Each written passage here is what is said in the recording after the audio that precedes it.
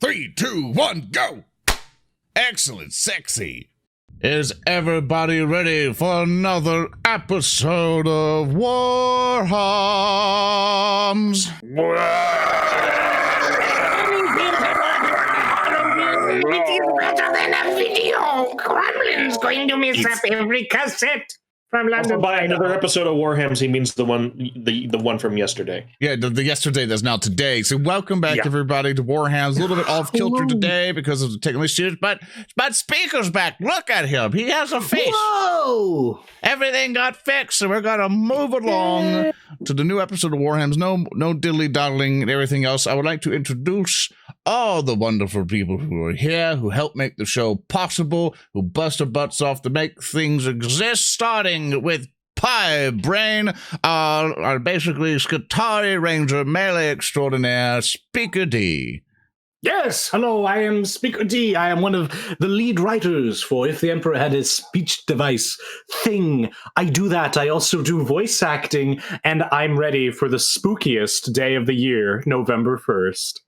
And next up we have our inquisitorial acolyte, Reeb Van Horn, played by Arendelle. And Arendelle is sitting here commentating on the fact that Zoran said no more dilly-dallying, and then we proceed to dilly-dally. I work for Alphabuse on If the Emperor Had a Text-to-Speech Device. I mean, I'm going straight into the social thing, and that's as fast as we got to it. And I am Zoran the Bear. I play Lauren, the Sanctioned Psyker. You're obviously on the Twitch channel, listen to all the stuff that I put up now. And next up, we have Captain Zedek, leader, pretty much owner of the Debt Collector, a resident rogue trader, played by Hulky Crow. Yes, it is me, Holy Crow. I am a sometimes voice actor on If the Emperor Had a Text-to-Speech Device, Kayvon Shrike, and a couple background characters. And I am sorely missing the candy that all those trick-or-treaters took because now I don't have full-size candy bars anymore. But it's okay, for the kids. For the kids, and the person who's going to be ruining our day today and trying to scare the bejesus out of us, our game master, Thurston Hillman. Hello. They told me I could come here and hurt players, so I came here and hurt players. I'm no one special. I just like inflicting pain on other human beings. He has a license for it. So welcome back, everybody. If you've never been to Warhams before, for one, thank you for showing up. Thank you for coming over. If it's the first time you've ever seen us live, which we always try our best to go live. Every other Saturday, usually have a schedule up on Twitter at Warham Show, or you can catch us on Discord as well, where you usually try to put the schedule up there as well. Pretty much every other Saturday at 1 p.m. PST on Saturdays, or every other Saturday. And one thing you may be noticing, if you're watching live on Twitch, we have a nice little overlay thing. We have several dice here. For those dice, you might be wondering, well, I'm new here. What do these dice mean? The ones at the bottom right, which are the red ones, these red ones are called Ruin dice, because we play on the system called Wrath and Glory. For 140,000 Wrath and Glory. With that tabletop system, the Game Master has these red dice called Ruin dice, where he starts out with 4 of them, which I have to manually change these things. You can obviously donate to give him more of these, and he uses these to mess us up, because we're fairly powerful characters. Like, I'm a glass cannon, basically, for mine, and I could blow up Space Marines, technically. But for him, he has those dice just to tip the balance more in the enemy's favor, to make us fear for our lives a little bit. So that's why he has those. But for us, and what you players could do to help us out, is a thing at the bottom left. You'll see all these golden dice here, the little kind of eagle-like things on them. These are called glory die. These dice allow us to basically add more damage to it, roll for skills that we're probably not really trained in to increase the chance of success, and a whole bunch of other things. But we start out with none. We get nothing out of these, which is always a sad affair. And the dice that you see below are circle portraits here. These are called Wrath die. These Wrath die allow us to spend one to do a narrative declaration, like I really want this thing to happen, or I'm doing a thing with a weapon and I really want to convince the Game Master to let this happen. So my penny to the ferryman is a Wrath die. Additionally, we also use these to reroll failed rolls. So say, for example, we did a skill check or something, we failed a bunch of D6 rolls, because this is a D6 system, not like a D20. D20 or D10s or D100 ones. These basically 4 and higher is a success for Wrath and Glory, and so anything below that is a failure. If we need to re-roll those because we rolled super bad, these allow us to do it. So those are super useful to us, but we only start with 2. And you, chat, can always contribute to Warhams to really help us pay for all the art, really help us pay for a whole bunch of other stuff by basically contributing what you can for us to survive. So with all of that, Mr. Thurston Hillman, illustrious game master, killer of Warhams, what do you have for us today? We start with upbeat, happy music. It's kind of one of those like those things you would expect to see on a weekly sitcom where the sun is shining, everything's happy, except in this case, the deck collector flying through the warp.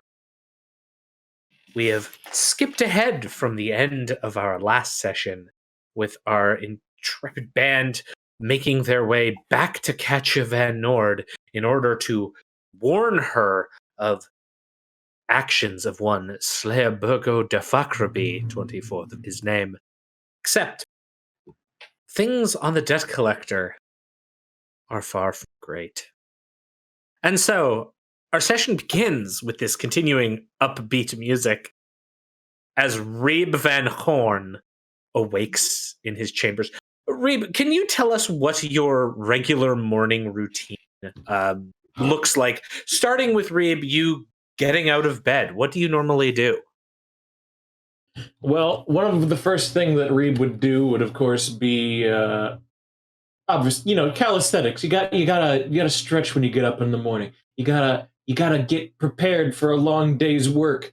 Going over all your notes, seeing if you can find something new, because we don't get any cool Xenos on the ship with which you can open up. So you spend the morning doing the same thing you do every time while you wait for the orders to come through.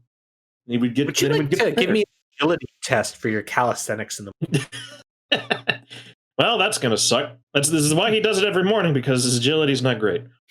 It's fine. It's going to be... It looks pretty decent to me. You can do it. We believe.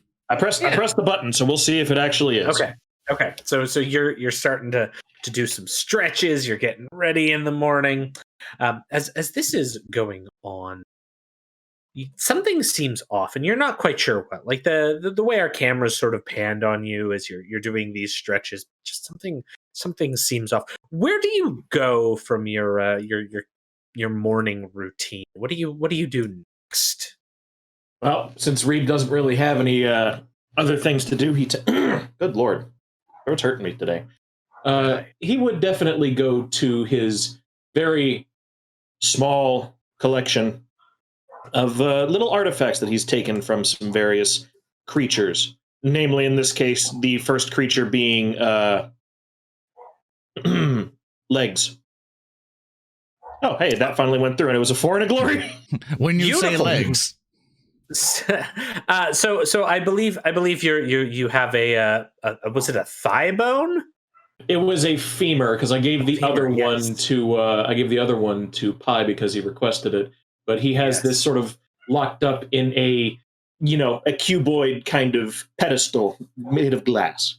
Yes. And you're looking at it. Something seems really, really off. Like the angle of it. Like normally you've seen it, but it takes on a whole different angle. And I'm assuming with your success on your agility test, with your glory that you earn from it, you almost dance across the room as you're doing your calisthenics to look at the marvel of the femur you claimed from the Divine Lord of Fervor in one of your first adventures. But something seems off. The glass is reflecting in an odd way, and you're not quite sure what is so off about how you're staring at it. But where do you go from there? Do you take a shower in the morning? What's next on Reeb's morning? Well, after the check-in on his valuables to make sure they're still there, he would definitely just groom himself for the day. Make sure that he naturally slicks his hair back just as he normally would. He does not use gel; it just does that. He can't explain it. Neither of his parents' hair did that. His just does. He has no way to figure it out, and he's not exactly able to perform a vivisection on himself. So, kind of hard to tell. And so you with this slicking back of your hair, you realize that the mirror you have in your lavatory room, you're only seeing just your head. Like your head is barely creeping up off of the bottom of the mirror. But you slick it back and your hair does exactly what it normally does, going into its perfect array behind you. What are you doing next? Seeing that multiple things are going wrong, Reeb is now going to attempt to determine what's happening, because that's obviously not normal. And the first thing he's going to do is take his scalpel and jab himself in the shoulder with it. Okay. Yeah. There's the sweet kiss of pain, and with the sweet kiss of pain, there's also the sweet, sweet kiss of reality. As you realize that you've been walking on the ceiling since waking up. And then you tumble down to the floor of your room, crashing underneath your mirror. I bet you thought he was going to pinch himself awake. No, he's long since past pinching. It's like, all right, something's really wrong now. And we cut away from this scene of Reeb after stabbing himself, realizing he's been walking on the ceiling, to Lorne's room. Nah, shit. Now, Lorne, you don't get the luxury of telling me how you wake up, because you wake up to the feeling of something strangling you in your bed. You see no figures around you, but there's this tension around your neck. I'm grabbing at my neck. Yeah, sure. You go to grab at your neck, but what you find out is that there's no hands or anything there. Instead, it's like your beard has just coiled around your neck. No, Pacarnicus, why would you do such a thing? Pacarnicus! I start tugging at my beard. Yeah, sure. Do you want to? I don't know. Give me a strength test here. Oh, cool. And that's gonna go well. The one thing I'm like, what's my strength? One. Yes. One. Yes. Wait, I know it's one. Wait. I clicked that too fast. Can I spend 6 glory to fight my beard? No. I'm throwing the boot down. No. Wow. Okay, that's one vote of no. Other party? I need 2 you know votes. what? It's funny. Yeah, go for it. I don't care. Oh my God. Okay, Hulky. I'm watching. Something's telling me I shouldn't let you do this, but whatever. Sure, I'm sure it's fine. I'm sure it's fine. Please Okay, roll me strength roll, go. 6d6. I tried to do bonus die and click the things. Oh, no. Roll Tony's being weird today, I guess. It's a Sunday. Just R66, and we'll do it that way. Yeah. I'll do this and then click that, and the last ones will be this. Okay. So I got 1, 2, 3. Wow, I actually got pretty good. 1, 2, 3, 4, 5, 6 successes. I got a 6. Yeah, so you managed to rip your animate beard away from your neck, holding strands of it in place as it's like snaking around. Like, did I like throw it on the ground and it's like at me? I assume more that like it's in your hands and your hands are just outstretched like 2 feet away from your face. I see. Pacarnicus, we've been through so much. Why do you betray me? I must not. We were here together always. I grew you since you were just a stubble. And you just hear this moaning ooh in the background, and then it stops, and your beard drops down to inanimacy. It's okay, Pacarnicus. It's okay. I forgive you. I cry in a corner. And as you are crying in the corner, we shift to our next scene. Pie Brain, what drink are you ordering from the bar you're at? Well, it's part of my early morning routine. I must, of course, clean out my insides with a delicious boiled, scalding hot chlorinated water. So you purchase or you order this chlorinated water as you hear this request of, "What will you be drinking, sir?" from operator 34R, who's sitting at the bar across from you. this Skitarius bartender, who quickly puts together your requested drink and passes it to you. No, Speaker, your mic got loud all of a sudden. You want to quickly fix it? Yes. There you go. Very good. I will take my drink. I don't have to pay this man anything, right? Pi is not a man with very many worldly possessions. I mean, like, are you going to make some offer to him? Are you going to make a statement, or are you just kind of looking around to like for something with which to pay him? What do I owe you, good sir? Be 3-4. Do not worry. Your credit's fine, Mr. Pi. Orders from the house. That is good. 3-4. You know, my power sword always stops working on me, and I don't understand. I've only broken it. I've never broken it. Okay.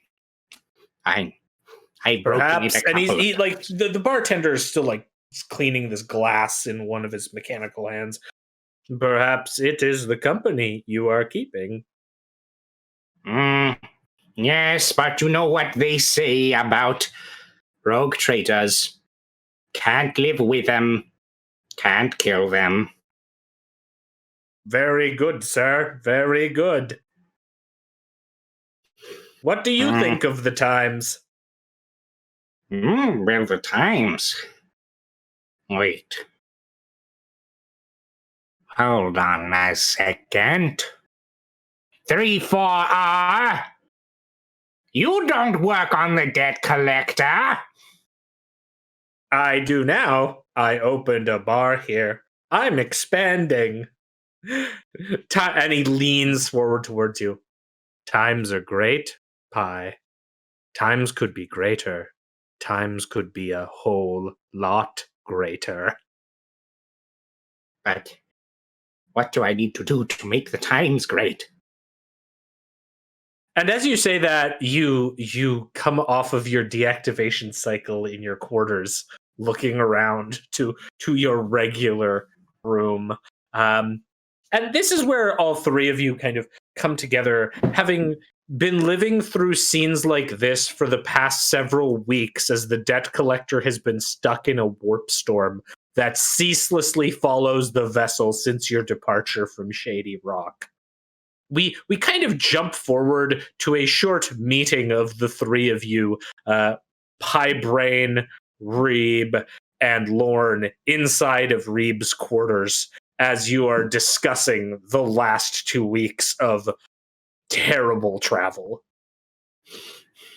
Reeb's definitely, he's still got like one shoulder out of his uniform, and you can probably kind of see the multiple scalpel stabs into his shoulder by this point, probably from the week of constantly waking himself up that way. Well, this is very irritating. By the Messiah Reeb, I say, looking at all of his scalpel wounds. What happened to Lorne's beard? But no, it's just Copernicus decided to try to kill me tonight. Again, hey? Yeah, again. I mean, normally he's very tame, but sometimes it just gets a little, antsy or whatever. It's been through a lot. I just take out my radium pistol and I just start shooting it in the air.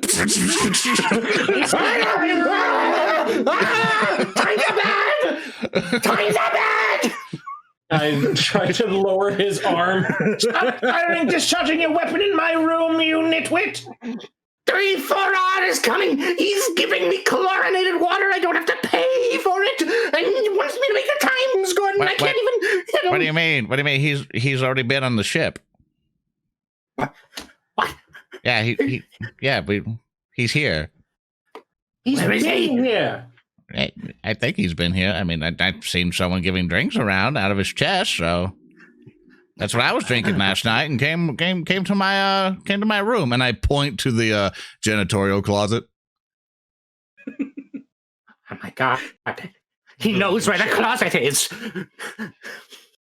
Could be anywhere. That's your worry? Lord knows where the closet is. Oh, fuck. Can I roll a Medicaid on Lorne's newly beardless face? No, I still have a beard. Yeah, the beard is just not animate trying to kill him anymore. Okay, I thought he ripped it off with his, 6. I assume it like probably thinned slightly. I lost There's a couple some hairs. clumps missing. Just a little bit. Where is Zedek? Is Zedek been taking drinks from 3-4R? Presumably, the man For does. the love to last drink. 2 weeks, Captain Zedek has been conspicuously absent solely on the bridge, as this warp storm shows no signs of abating. Hey, you know what? Captain Zedek has been conspicuously missing ever since we went to the warp thing, like a voice in my head just told me. We should go find him. You're right. Very It's time we specific thing. threatened another mutiny. He's a manager or something. I think we should complain to him about beards That's a killing good people. idea. Let's go. Okay. I believe you two would be best suited for that task. I need to ensure that no one else on the ship who may be or may not be in critical condition is suffering unduly from the storm. That's a good idea, Reeb. I grab him by the collar. By the way, don't drink the water. And then I drop him. I don't drink water, you know. Well, you should. It is good for you. I get water in different ways. Do you photosynthesize? I'll explain that to you later. Go check on the captain. I'm going to go check on our med bay. Lord, I never knew that Reeb was a bio freak. And then we just start going. I'm not. Yeah.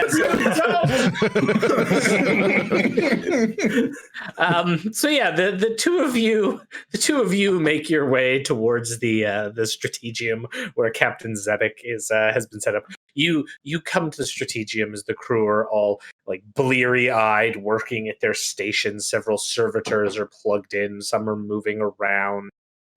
You see two that walk by you at the entrance. One is dubbed Cirrus Einsla, and the other is Ian Cable. And they just Wait. Are you opening saunter your fucking past bag you. right now? What? You getting the bag there, speaker? Fucking. I thought I was muted. I'm going to you. Brain is simply nervous. He's just panicking. Brain is eating He's his got himself a bag of microchips. He's just walking. He's just eating. Just sorry for the. Holy shit! I'm so sorry. You have to understand, we record this on Audacity as well, like the audio level. If Alpha ever has to get this audio, he has to deal with your chip bag and shit. You have to filter all that out. The worst. Like I've been muting myself and coughing because I got like a lot of phlegm in my throat for some reason. So I'm just telling him like, "Sorry, Alpha. Sorry." It's like when I do, I have to like go to my mixer, like turn my shit down or press the mute button. It's like, fuck, god damn it, people. Making life hard. I am so sorry. I was hoping to add to the horror ambiance. You can continue. Times are hard. Crackle, Times are crackle. fresh. Yeah, that's right. This is an ASMR stream now. No, deny. All right, we're running up to Captain Zedek who has a bag of fucking chips. Yeah. So you make your way towards the strategium, and you find like Captain Zedek is there, sitting on his throne, and you all the two of you make your way and enter. Yeah, that's good. Lieutenant Ransom is there as well. So what do you do as you both enter the strategium? Zedek, where are you? And I take out my sword. I'm just kind of waving it around, not at anyone in particular. I enter rooms like this all the time. At this point, the security guards know just not to get close to me. They just duck. Anyone listening to the podcast ain't gonna fucking understand this. Did you literally just fucking censor bar Reeb? Just put a black bar over him because he left? I censor bar Reeb and put a bag of chips coming out of my brain hand. In the shoddiest jobs I could do. Yes. Listen, it's he couldn't predict the fact that not only would I not be here, but that pie would have chips. He has a bag of chips. Doesn't even eat. He's just like he's like academically curious about them. He's just rustling the bag like a jackrabbit. Yes, he's walking. There's just this crunch. He put them in his shoes. For maximum crunch. And so yeah, Lieutenant Ransom is behind. Captain Zedek, you are sitting on your command throne. You see Piebrain come in waving around his sword, and Lorne is behind. Oh dear, not again. I wave off the accountant Primus who I'm talking to about the holiday bonuses to our employees here in the Debt Collector, and I tell him to come back later. I'm sure they won't be happy to hear that. And he turns and walks away. Look, we can give the bonuses, but we have to ration the corpse starch more effectively. Cut their food, but increase the pay. Okay. Gentlemen, how may I help you? I'm a bit busy right now. I will not cut this food. I throw a piece of chip on the ground. I just bought this. Now listen here, Zedek. The ship has got ghosts or something. Ghosts? Yes. Run that by me one more time. I don't think I heard you. You said there's a ghost on board. That is correct. I will now relay all of the objective evidence. Late last night. Mm-hmm. Okay. Okay. Okay. Waiting. Enticing. Just anything. So. I wave my hand in front of Brain's face. Shut down. Hey! I look at it, I drag his face to mine. I see like a blue screen in his eyes. He just shut down. I was like, hold on. Please tell me you're still there. Okay, I rip open up his chest cavity, and I start reinstalling Windows. Just trying to just boot him back up on There's Windows like a 50. dial-up sound, like Speaker. Are you there, dude? Okay, well, otherwise, as my friend was trying to say, that unfortunately, I was almost killed by Copernicus last night, and apparently Piebrain had a bit of a rundown with some horrible thing, I suppose. I guess he started having hallucinations. And last we passed by Reeb, his shoulder was stabbed rapidly. I don't know what stabbed him there, but weird things are happening on the ship, Captain Zedek, and we want to know what you can do about it. Well, first, I have several questions of my own about who's Copernicus. I don't know this person, and there's plenty of weird things on the ship going on as is. I'm certain that it's just the walls creaking as they do. The ship is kind of old. Oh, what it looks like. I think he's still rebooting. It's old. Well, don't think I haven't been having any problems either, Captain. The lower decks are just so difficult to access now that the elevators are on the fritz. Oh, I thought I had fixed that one. That must have been some other minor problem that I drunkenly attempted to fix. The crew have stopped using some of the service shafts too because they've reported screaming from them. More screaming than usual? I know they can be kind of cramped, but... Screaming that isn't coming from the crew, sir. Ah, that is troubling then. Well, do we have any leads on where this is coming from? I know that the ship can be temperamental at times, but surely it's something explainable and plausible. Well, I wouldn't be the one to answer that, sir. As you're aware, there's only one person knowledgeable on warp travel on board this vessel. No.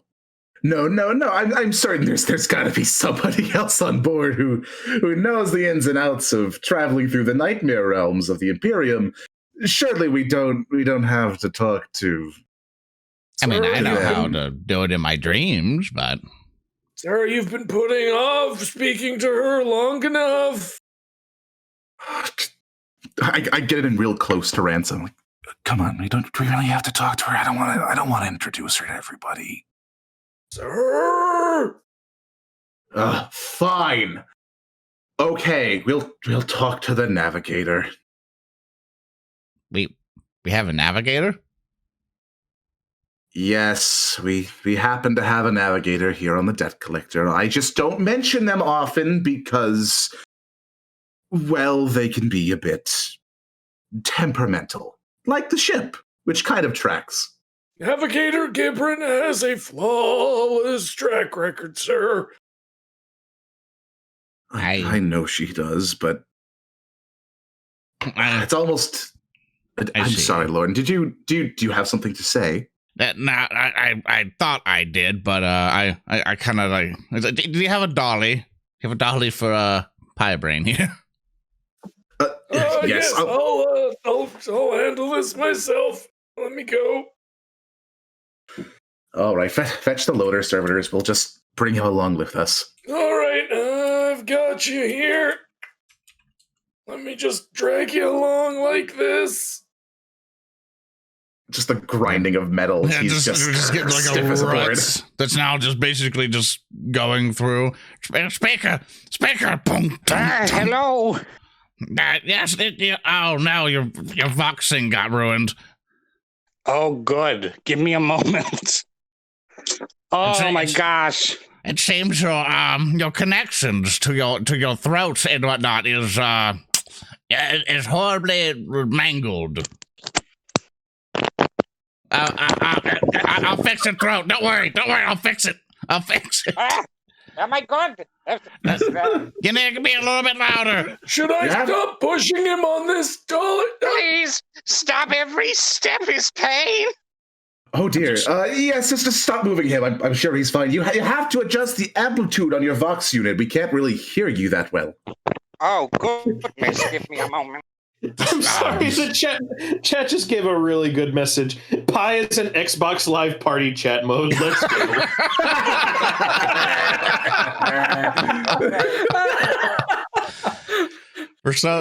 We are now in a world of trial and error. World of trial and error. What? Oh, God. Out of 2 days. It was working perfectly from like an hour after we canceled to like now. And then now it just explodes again. It's like fucking. Why does this happen? I can't turn up the fucking volume. It's on his end. Dead again. He's fucking. He's rebooting. It failed to install the audio driver. It's just doing what it normally does. Maybe we should take him to work on. It's fucking just. Reeb, do you know how to work on machines? Because I thought you were more of the flesh type of doctor. He's not here to say one way or the other, so like you know. Oh right. Yeah, I forgot he was censored. He was canceled. I'm kind of in the med bay. You're taking him there anyway, so yeah. Let's take him to Reeb to investigate. Trunk. All right, absolutely. Pie Brad, how you feeling there, buddy? Well, that you tell me. I have to find a way to. All right, now talk. Now talk to me, buddy. Talk to me, buddy. Okay, I will talk to you. I'm going to sit by my Audacity, which is still recording.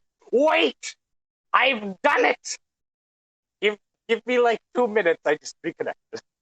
Okay. We're gonna take a break.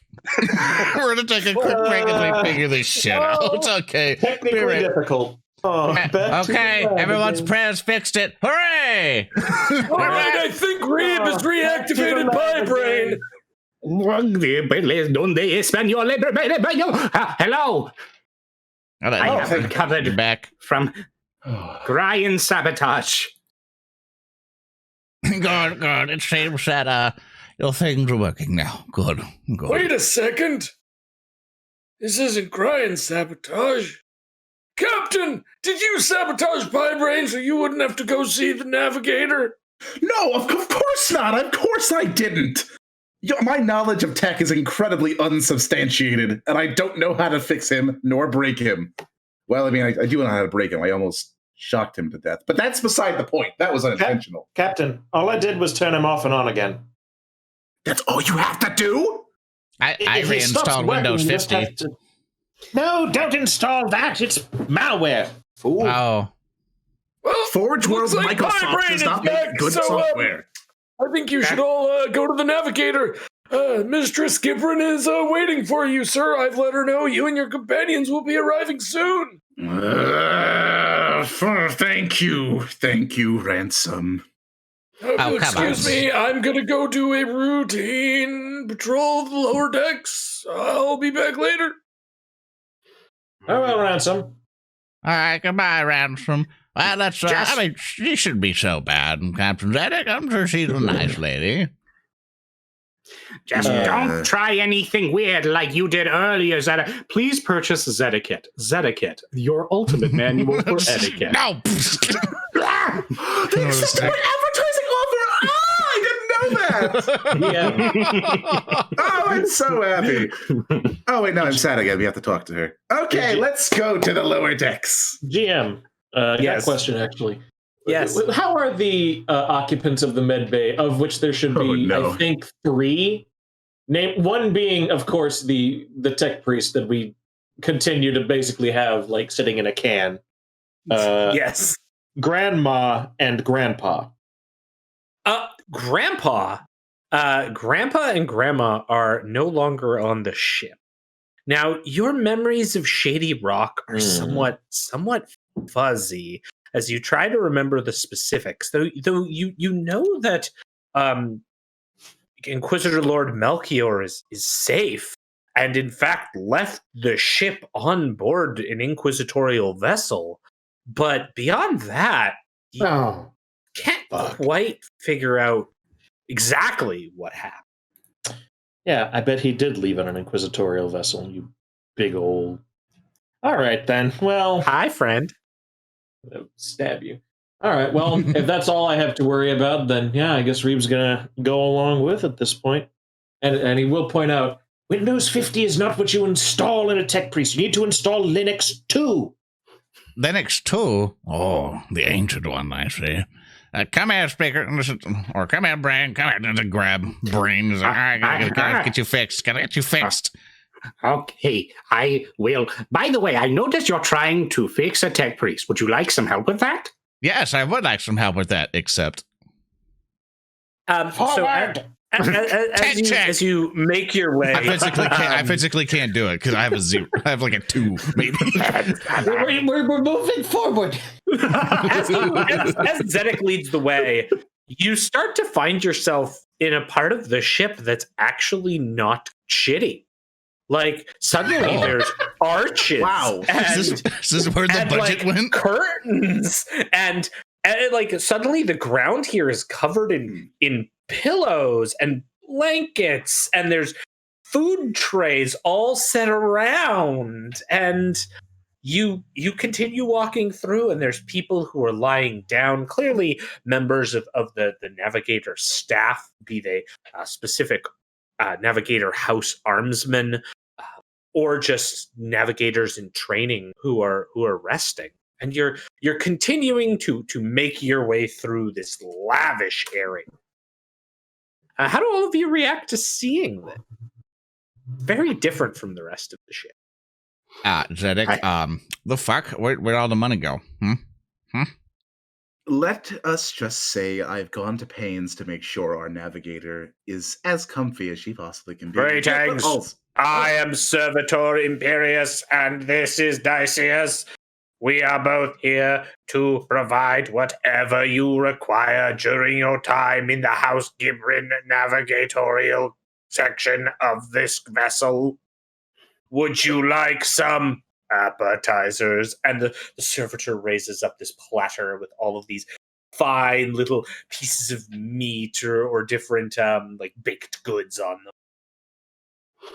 I am fine today. I'm on a strict calorie limited diet. Where is Servitor Maximus? I thought he was supposed to be serving the aperitifs. No, the only ones we have on are Shimaloa, Red Wolf, Van Kroger, and J Boom. They are providing the droning of warding, and like in the background you hear this. as these servitors are just like chanting in the background. I just nod my head. I love this song. It's a real banger, yeah. Captain! Captain! Oh, Captain Zedek! And this meek woman, very old and frail, approaches, a metal plate covering her forehead. Well, dark gray hair runs down. Her arms are somewhat crossed under her chest, both hidden under folds of great immense clothing. Captain! Hello, Navigator Gibrain. Are you here to let me know that it's finally over? That the vessel can't take any more, and our journey is finally over? No, Navigator, I am not here to tell you that our ship has inevitably spiraled towards oblivion, as you have hoped many times before. I have come instead to beseech your help in figuring out why a hellstorm is following the ship almost constantly. Oh, yes. The warp storm we've entered. It's following us. We are at the center of it. No matter where we move, it is on us. No matter how we try to escape, it remains with us. I think that this will be our final journey. No. I'd prefer it not be. I sort of lean over to Reem. It's like, she's always like this. Just humor her. Yes, I'm sure it will be the final journey, the final flight of the debt collector. I'm certain you told my father that many times before. But alas, I think we'll hedge our bets that it won't be. So do you have any idea of how we can alleviate the situation, or maybe leave this warp storm so we don't die in a most horrible, or potentially undie in a most horrible fashion over and over again, lost to the tides of the warp, like I'm sure you have been avidly hoping for? Forever to be consumed by the entities within the Great Empyrean. That will be our fate. All of us will be devoured, and that will be the end of our existence. It will be oblivion of endless tortures. But I believe that whatever this storm is following us, there is something on this ship causing it. Some focal item. Perhaps a ritual of some kind being enacted. But who would want to enact a ritual on this ship? Yeah, who would want to do that? I don't know. None of us know. I do not travel to those lower decks. I stay here in the modest guild housing we have. Fine. I clicked this in advance to do the thing. I do science to a minute ago. I must sense the psychic things in the wind in the air to see if I sense any psychic power thingies. Ooh. This place has some various like psychic powers going on here, specifically from the astropaths and whatnot. From the astropath that's on the other portion of the ship. You do detect like you're getting some kind of emanations from the lower decks, but nothing is jumping out at you as being off. Whatever's going on, it's something that's obfuscated.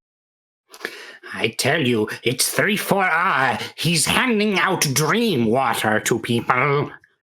Dream water? We need to talk to someone who knows what's going on this ship. That's why I came to you. Yeah. I see outside the ship. You, and she points this Cronely finger at you. You, Captain Zedek, should know what is going on your ship, but you don't. You're too busy having birthday cakes every time we exit the warp. Yeah, what is that about, Zedek? It's just a tradition that we carried over from my father to celebrate not dying in some catastrophic way. It just happens to be dwindling the supplies. Be better than tradition and employ the change you want, Zedek. You listen here, I will downgrade your broom closet to a supply closet. I am already in a supply closet. They're both the same thing. I will motivate your fish. Your anger is polluting this place, and though it would hasten our eventual demise, I weary of this conversation. Captain, you will have to find the cause, the focal point of this warp storm, to stop whatever it is that is. Ooh, the walls begin wailing again. Ooh, I take out my gun. No. Okay, all right, fine. I guess we are done here. I'm going to walk up to the navigator. I'm going to put a hand on her shoulder and pat her. And do not worry, pathetic lady. One day your flesh will weaken and fade and you will die. I hope it is soon. And I give her a thumbs up. What? She just kind of like nods resignedly, like.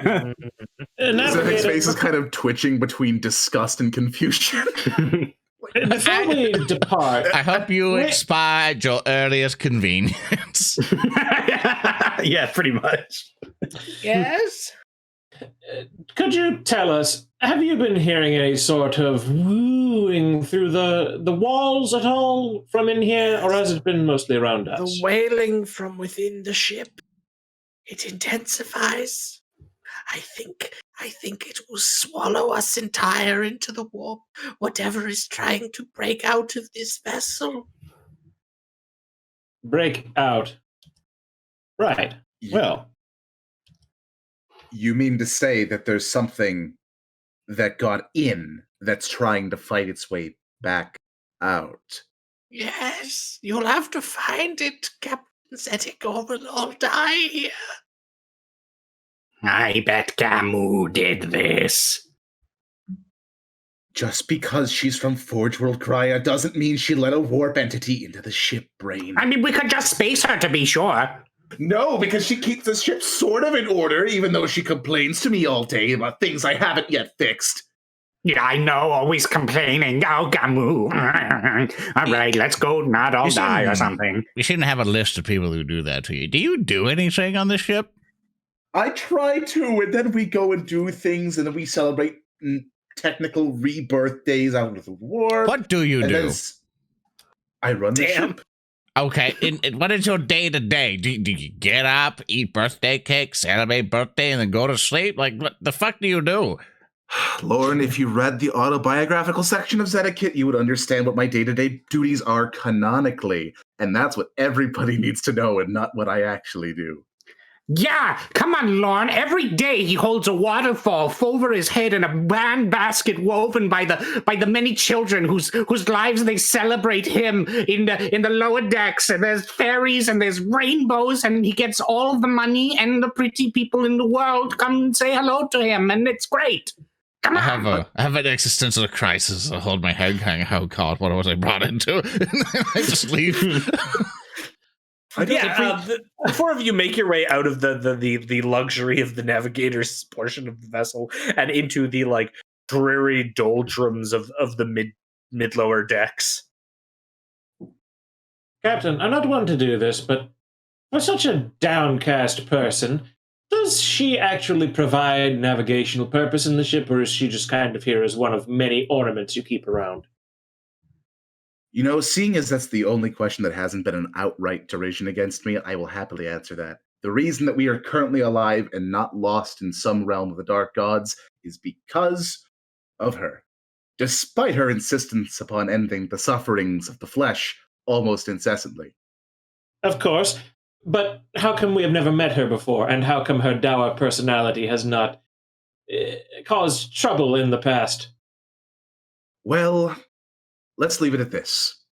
She depresses me, and my headcanon is that depression is sucked and seeped through the walls of the ship, which is why it's in a total state of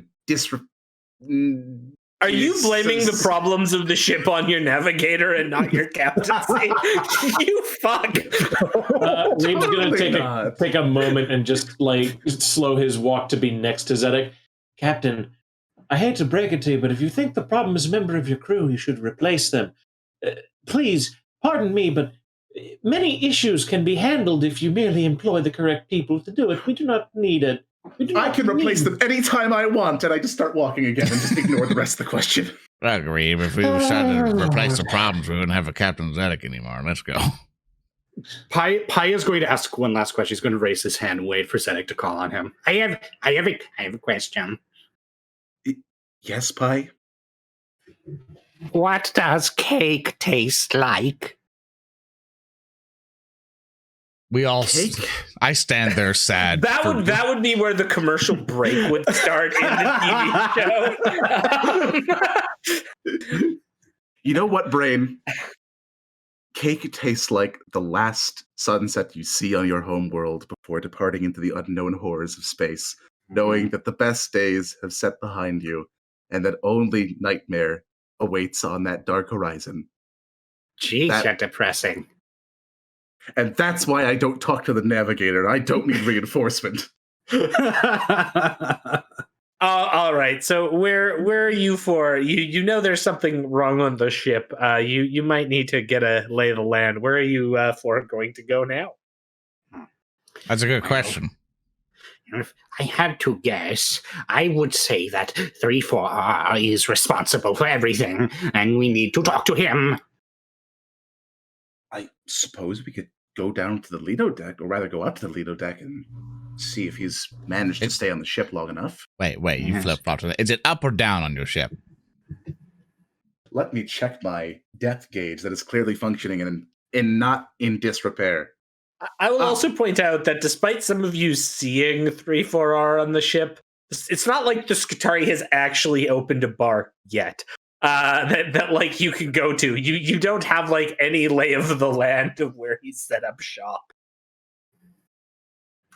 There's two places he could be, but I'm not keen on going to both of them right now, since those decks are infested by people I don't talk to because they don't like me. Why don't they like you? In Zedekit, it says everyone likes you. Yeah. Never meet your hero, Brain.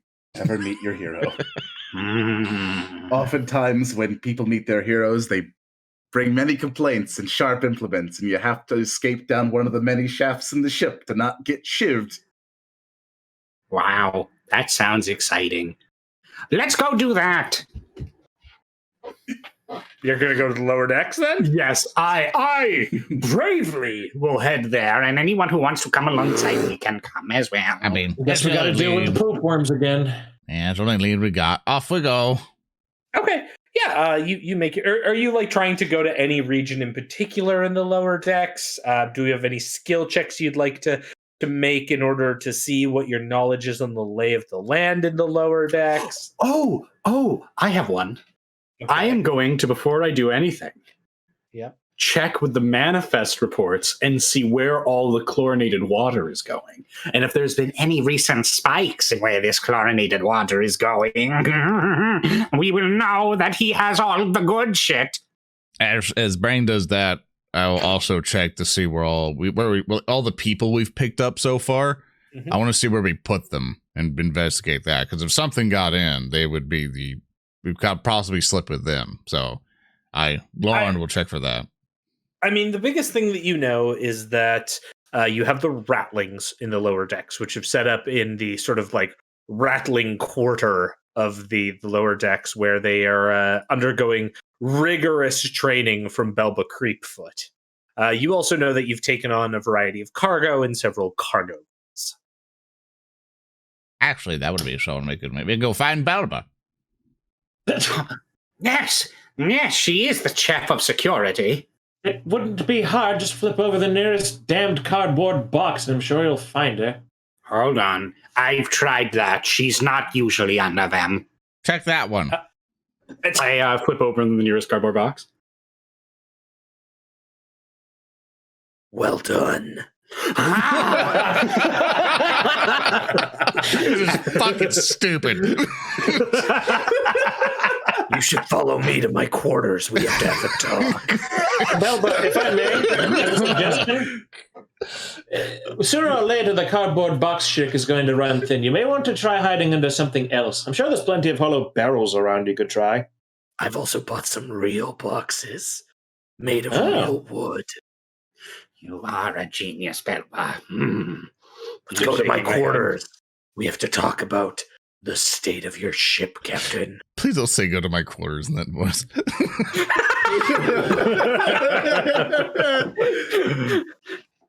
Very well. Let's go, Captain. We have business to discuss with our chef of security.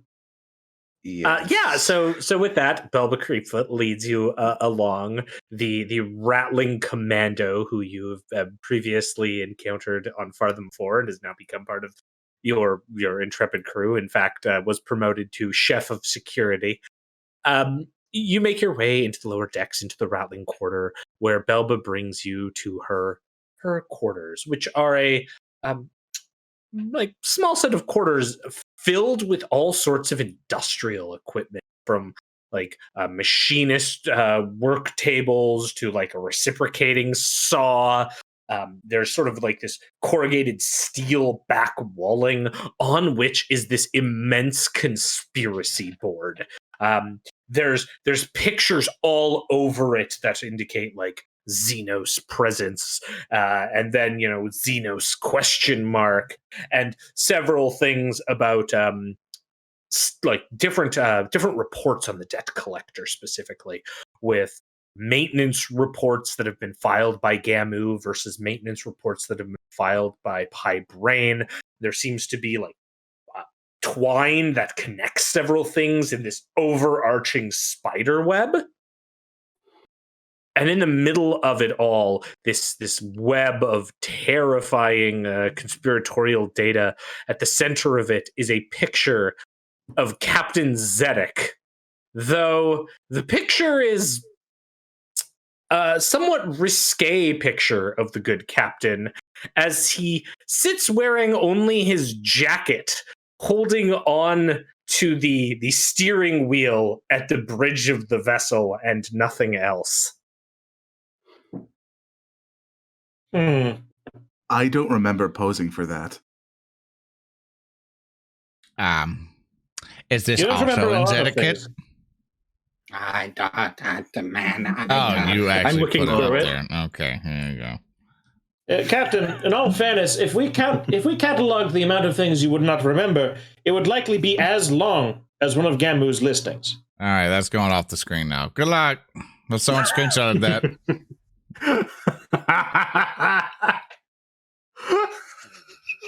Terrific. My God, welcome I to my drank myself quarters. into a stupor. Belba saunters in and then hops up on the wooden crate. Belba, where did you get that? I had How? to trade for it. It was the only art of you I could find on this ship. Oh, you want to switch the scene thing? You couldn't have just asked for a camera capture? Couldn't have just... I don't know how... I didn't... Captain Zedek drinks again from his flask. We have more important things to discuss than Captain Zedek's dashing form. We must instead discuss why everyone is getting dream water. Incontinence is not a side effect of the warp. If you have that, that's an issue you need to discuss with me. We're not on a continent, idiot. We're on a spaceship. I immediately molten beam the room. Okay, give me a second test. I roll athletics to dodge. I'm okay with that 9. I'm just going to assume you tear right through that picture of Captain Zedek. It burns and falls. I got it. I got it, everybody. He's dead. Thank you, Lauren. You're welcome. Now, All right. There's a lot going on this ship that you need to be aware of, especially you, Captain. Tell me everything you know. Well, you've been gallivanting around. Several groups have formed in the lower decks. They're mostly divided into 3 factions now down here. Oh, not more cults. Captain, I thought you tried to crack down on the cult of personality that followed you around. I did. We got rid of most of them, I thought. It was okay that they started telling me how cool I was, and then they started making these weird effigies. And then they started wearing weird facsimiles of my face, and... Captain. She said that the different? Excuse me? That's right. These are cults all formed of different sections of the ship. The first one, and she like turns around and steps to the edge of the like wooden crate she's on and points with her tiny short sword, tapping it on the like still like searing molten wreckage, just at a picture that produces this image of what clearly looks to be some kind of gas mask with flames coming out of the vents in the front. That first one's the Prometheum offers. They've set up shop all along the lower decks. They're a neurally degenerate cult.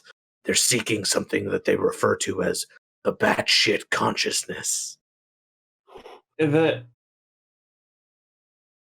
All right. Very good. And what are they doing? Well, near as I can tell, they're a nihilistic death cult down here. You know, because they all have Prometheum. Yes, that's a side effect of Prometheum, along with a scorched lung. And the other groups?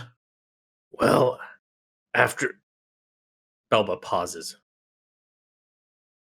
Pie Brain. I think I saw B4R out in the hallway. Oh my god! Are you shitting? Ah! I don't even open the door, I just smash through it. Okay, you rush out. Belba looks around.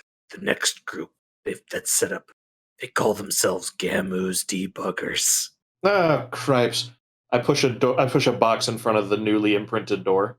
Which is just like the upper silhouette of the power sword through the wall. This is a group of tech-focused lower deck crews. They've shown some aptitude with technology, earned the graces of Gamu 4224.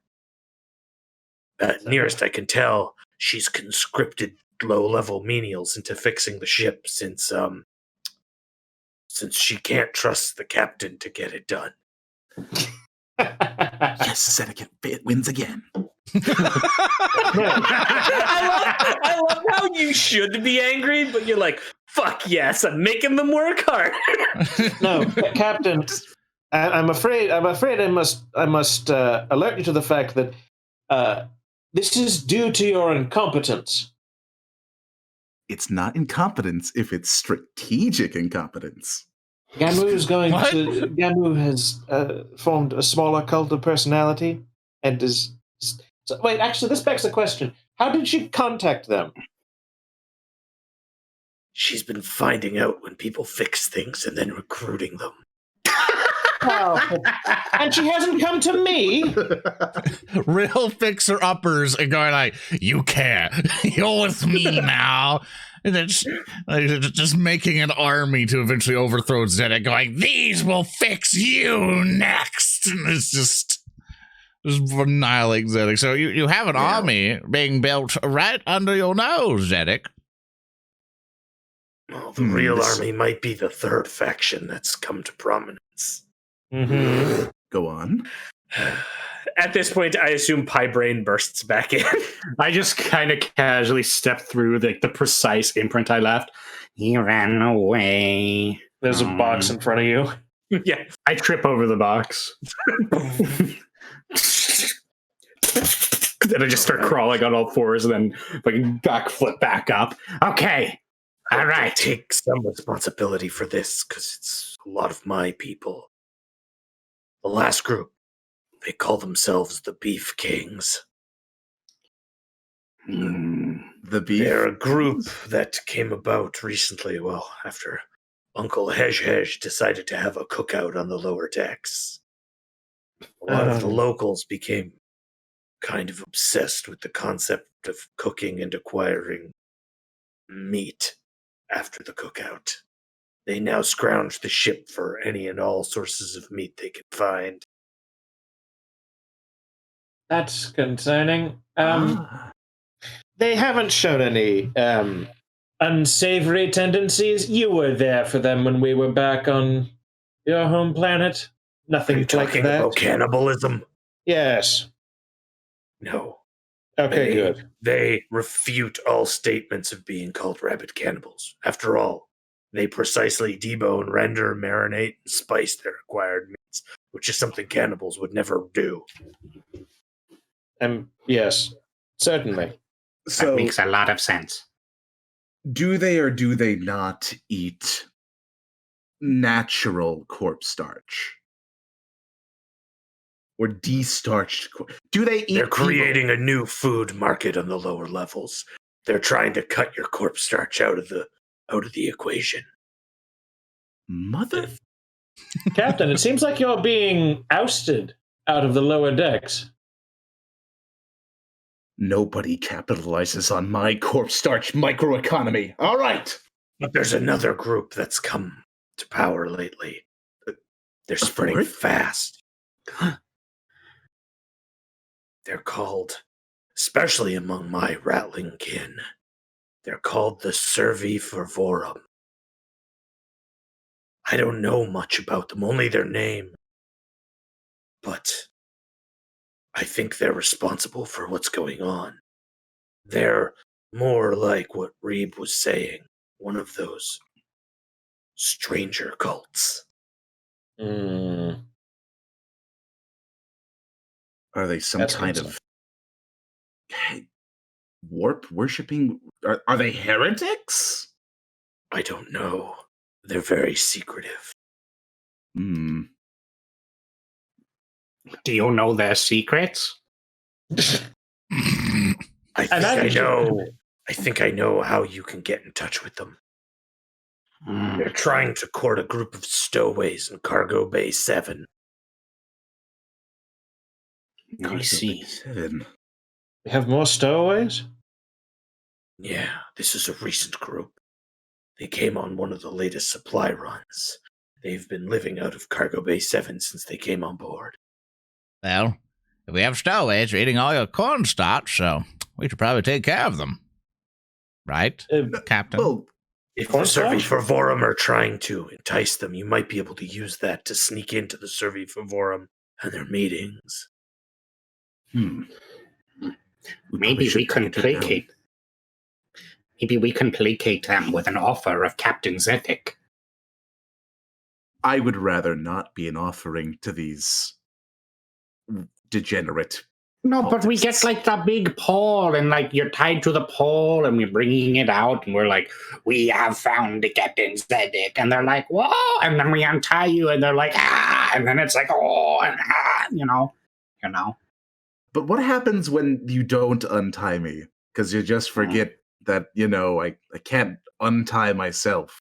Oh, wow, I guess you die. And That's you a don't risk see we're how willing that's to take. Well, it pains me to admit it, Lauren, but I think you've been reading Zedekind too. Yeah. All right, We're keeping up you on need to get going now. That's the briefing. Good luck. And then she disappears under the box. Well, as chief of security on this vessel, I will put an end to the Survey Favorum, and you can all come too. Okay. Lead on, Chief of Security. All right. So, do we have any particular meeting place to meet with these men and women of the cult? I mean, the only thing you know is that they might be trying to entice these people in Cargo Bay 7. Okay. Here's the plan. We're gonna go there. All right, let's go.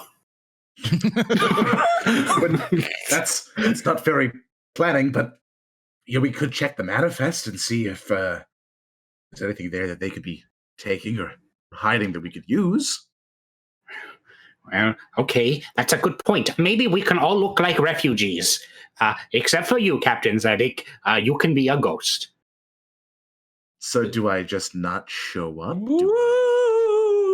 Yeah, you make a noise like that, Zedek, just like that. Yeah, like that. Go get practicing. Ooh. Oh, you're terrible. Let's go. That first one you did was way better. I didn't do the first one. I take out my gun. No, please. Not the cancer gun, no. you shoot people with cancer and they die. Just That's right. I have a counter suggestion. Mhm. Before we go running down there in disguise to meet up with them, don't you have a security monitoring station around here somewhere? Well, not all of the cargo holds have them, but I suppose number 7 may have one. We could check one of the navcoms around the ship. I would like to Why don't locate the nearest navcom. Why don't all the cargo holds have security? That's where the cargo is stored, Captain. What do you mean they wouldn't have security cameras? Sometimes we have guards, sometimes we have cameras, sometimes we have a sign that says, "Don't come in." Sometimes you have nothing, is what you're telling me. There are budgetary concerns! Yes, that's probably where some of the budget is going. That's probably where those damned surrogates you sent, the surrogate limbs you sent, were probably stolen out of. Do you have any idea how many important things could have gone missing? Oh, this is going to hurt. I have an idea. Uh-huh. That's it. I have an idea. Let's check the bloody cameras and see if there's something there. All right, Zedek. I would like to go to the nearest console and make a tech check to see if we can determine if there's a camera inside. Absolutely. You come to this this cogitator unit on the walls. You can pen in your access codes, but give me a tech check to see what. Happily. It's coming. Yep. It's doing come on, its roll thing. 20. Come on, roll 20. The day we go to Foundry will be great. The best laid plans. Sorry, roll 20, but you're really blowing chunks.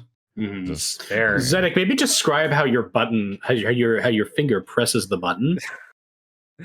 I press the 1, followed by the 2, followed by. I gingerly tap the fingerprint reader on the console to activate its admin function. Okay. And then If you've got your dice results, you can just /R and we can just roll those for now. oh, there it goes. now, it now decides to Wow! Nice. Four and a glory! I see. All right, you are successfully able to enter in the data, and as you do that, you see the cameras, all of which are stained. Stained? Oh. Stained red. So is it a red tainted visage, or are they just red? Just this red that shows up on the screen. I think he's what he's asking is it opaque or can we see through it? Oh no, it's solid. It's just a solid red. Terrific. Well, I think we have a sign. Let's head to where that camera is set up, and obviously someone's vandalizing your stuff, Captain Zedek, and we must go down and deal with the perpetrators. You're right, and if someone's vandalizing my precious stocks of my ship, I am happy to murder them extrajudicially again. Quite. Okay. So you make your way to Cargo Bay 7, which has a large sort of loading dock entrance, which you see is open, and there's various crates that dot the entire area. It's got this kind of stagnant air as you come in. Are you sticking together as one group? Is one of you going ahead? How are you entering this area? Let's not Scooby-Doo. As a group. I will lead the group in case we get attacked by something horrible like the color red.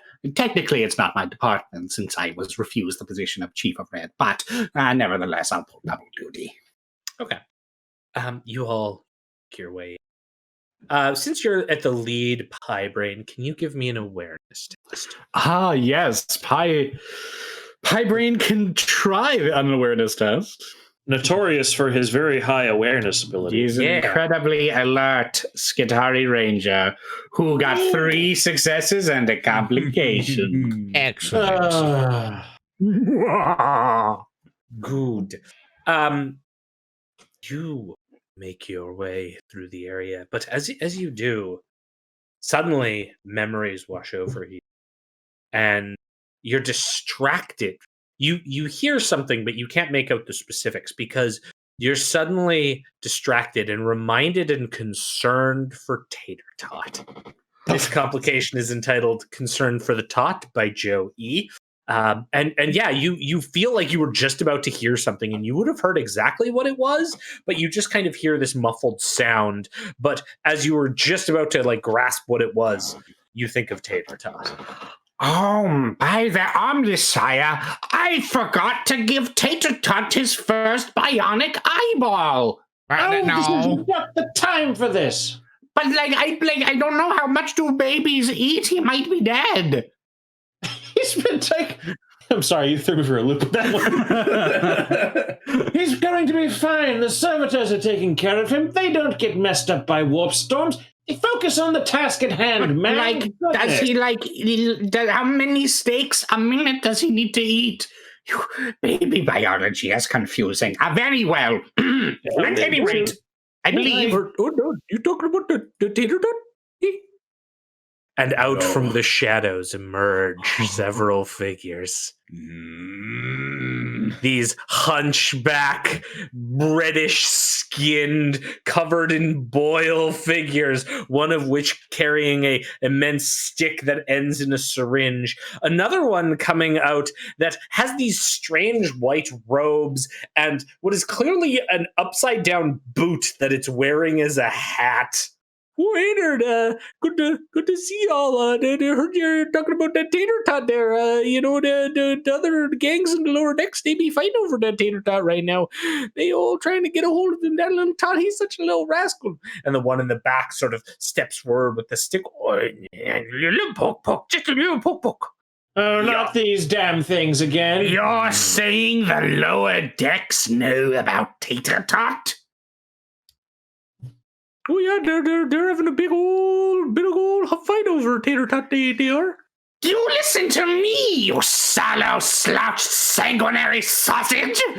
How did they learn about the child? Would you like to give me some kind of social skill to influence them to give you more information?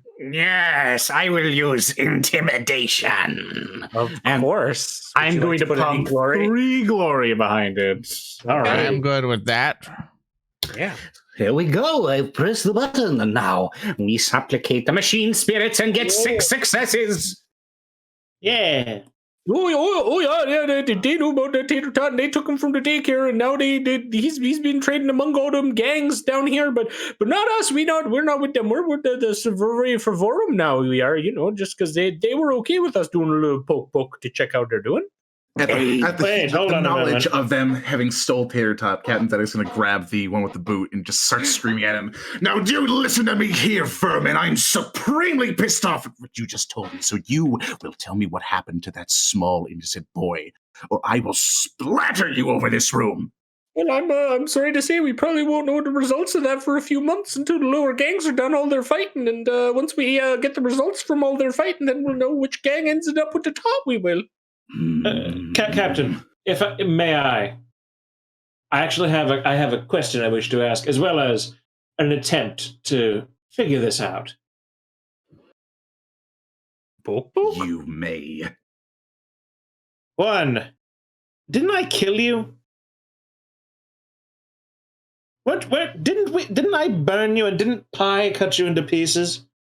I remember awful planet. A lot of you. Oh. That was my brother, Sven. Yeah. The old brother trick. That's right. I'm sorry for your loss. We came in here when you reloaded. We're all new blood back, you see? We came in here. I'm sorry. In my mind, it's just like, I know what you mean, but they brought the thing. I just imagine as we're reloading our weapons, they got on board. So. Yeah, you were all reloading your weapons, and we went in a cargo ship with all the las guns, and it was real easy. Like, we all wanted to come to space, thought there'd be stuff up here to poke, and now we know. It's up security around here. So, you know I'm very sorry, the name eludes me. What's the name of the group? The Servori Fervorum. The Servori Fervorum. You know these people then, the Servori Fervorum. You're a part of them, you said? The front one with the boot. Oh, well, you know, I got the boot now, and that means I'm one of them. The boot is a symbol. I'm on beam again. I'm tired of getting scared and all that shit, so... Can we... Wait a moment. For fuck's sake. I'm only in the area. Where is it? just cut off like a rafter above us. Oh, well, you got Are you powers. responsible for the ghost noise? Oh, no, you're like the high priest. You got the touch. You got the power. Yeah. Fuck you. I'll fucking kill you. Do you understand me? You earned that. Can you guide us to them out of curiosity? And I will do a persuasion with our 3 remaining glory. Yeah. Where is bonus die? 2, 3. Hit it. Oh, nice. 7. 7. Yeah. I don't think it rolled the extra dice. Yeah, just roll them separately. Just our 3d6 it then. 7. That adds 3. Yeah, 10. Wow. 10 hits. Well, we could take it, or I could. In fact, we got some extra costumes here. Let me. And he just like pulls a crate that has several boots in it. Why don't you just put these on, and we can get going? What do the costumes look like? They're legitimately just the boot the Bloodbacked has on its head. He's just handing each of you a boot to put on your head. Oh, so maybe that's what they were trying to say through the wailing. They weren't saying boo, they were saying boot. Let's always cut them off before they can finish. I bequeath unto you a boot to the head. Very well, let's go. I put on the fucking boot. And like, I don my boot. Is that it? Go. I have quite a Come on. And with that, our group makes their way towards the meeting of the Servi Favorum, where I think we're gonna take a quick break here, and then we'll come back. Reboot. Right time, everybody. We'll be right back. Charizard is better than Blue Eyes White Dragon. Yeah, you won't find any fighting for me on that one. I think Kaiba's a dumbass. But all right. Kaiba's a visionary. Kaiba was the blueprint, man. Kaiba is the only motherfucker who can drive around in a giant plastic toy-ass looking jet fighter and like still keep like respectability. Imagine a world where Ash Ketchum, instead of having physical Pokemon, was card game, and then he got thrown into the Yu-Gi-Oh world where he fought with his Pokemon cards against Yu-Gi-Oh cards. And then he fought Seto Kaiba with all of his Pokemons. Just imagine this, all of a sudden, I use my Blue Eyes White Dragon, and he summons fucking Mega Charizard. Yeah, you're giving me a stroke right now. It'd be better. Okay, but are we talking about like G1 Ash Ketchum, or are we talking about up to like the new continuity where G1 it actually Ash wins? Ketchum. Okay, so G1 Ash Ketchum is going to get smoked. This kid's going to get deleted by Seto Kaiba. He's going to go right to the Shadow Realm, also known as Hell. Kaiba's a busta, you know this. He got beaten by Exodia. That's like impossible to put together. He made his own card. He's a fucking Giga Chad. He made his own card. He's a loser. No, he's not. He has money. He's so cool. Rip So all many the people who cardboard drew their own Pokemon fan cards. No, because his is canon. Yeah. He makes the game. Come on. Yeah, he's a loser. Get your game on. I'll be real. The biggest Chadwick von Thundercock in Yu-Gi-Oh! Is Pegasus. Agreed. No, He he has the audacity to use Flame Swordsman in the modern era of Yu-Gi-Oh! Hey, Yug, I got myself a card. It's full of MasterCards, Yug. Is I'm going to lose. It big number. It's only a baby dragon. Crap. It may look like a baby dragon, but once it ages, it'll get diabetes. Once it ages, it'll die. My name is Joey Wheeler. I control who lives and who dies. Flame swordsman. Kunai with chain. I like that I switched this back to prepare for warp travel because this is fucking appropriate. This is what happens on the realm outside. of madness. The echo is no longer woo. It's now flame swordsman. I like to imagine just like inside the deck collectors is all over. It's like, oh no, the tribes and stuff have data taught. And then outside it's like, Charizard's better, man. Blue Eyes White Dragon, shit. And then just fucking it's just spirits and everything just arguing about card Fucking games. Sean the warp entity. Yep. Yeah. Damn. But as we're going through the hallway. Yeah, so you have now convinced the group of Bloodback stowaways to take you with them to the Survey for Vorum's meetup deeper in the depths. The 8 Bloodback that accompany you lead you into an immense section at the lowest level of the lower decks that, Captain Zedek, you didn't even know such a place existed. It's an immense cathedral-like chamber with bright lights that are coming off of immense marble columns that soar up. Pews line the entryway forward and to the sides, and as you come in, you see the entire room is filled with easily 50 plus ratlings that are all sitting. Ratlings. Why is it always more ratlings? Each of the ratlings wears a boot on their head, much like this piece of art here. An immense black plastic boot that comes off of their head, and they wear white and red robes with a single, like, almost stitched on symbol of a black boot. You know, at this point, it just feels like they're making fun of me. I say, looking at my giant cog on my chest. Cruz. They speak as you come in, the chanting far, far at the other side. And as you come in, the Bloodback sort of like usher you, go sit there. And they point to one of the pews. Go, get sitting. No, this is all wrong. We don't have room for a cathedral in this ship. Even I, in my ineptitude, know that this is a fucking Avenger class construct, not a sword class. Well, at least you said it. Hey, Thurston, crazy question. Yes. Because I'm not a dope, would I actually know where this room is? Do you have any skill checks you'd want to... I suppose the best one that I could proffer for that would possibly just be like a scholar to be like, I know this kind of layout of a ship. Absolutely. Can I use one additional glory just to make that a nice even 10? No argument from the GM. Not that Okay. my voice matters. Do it.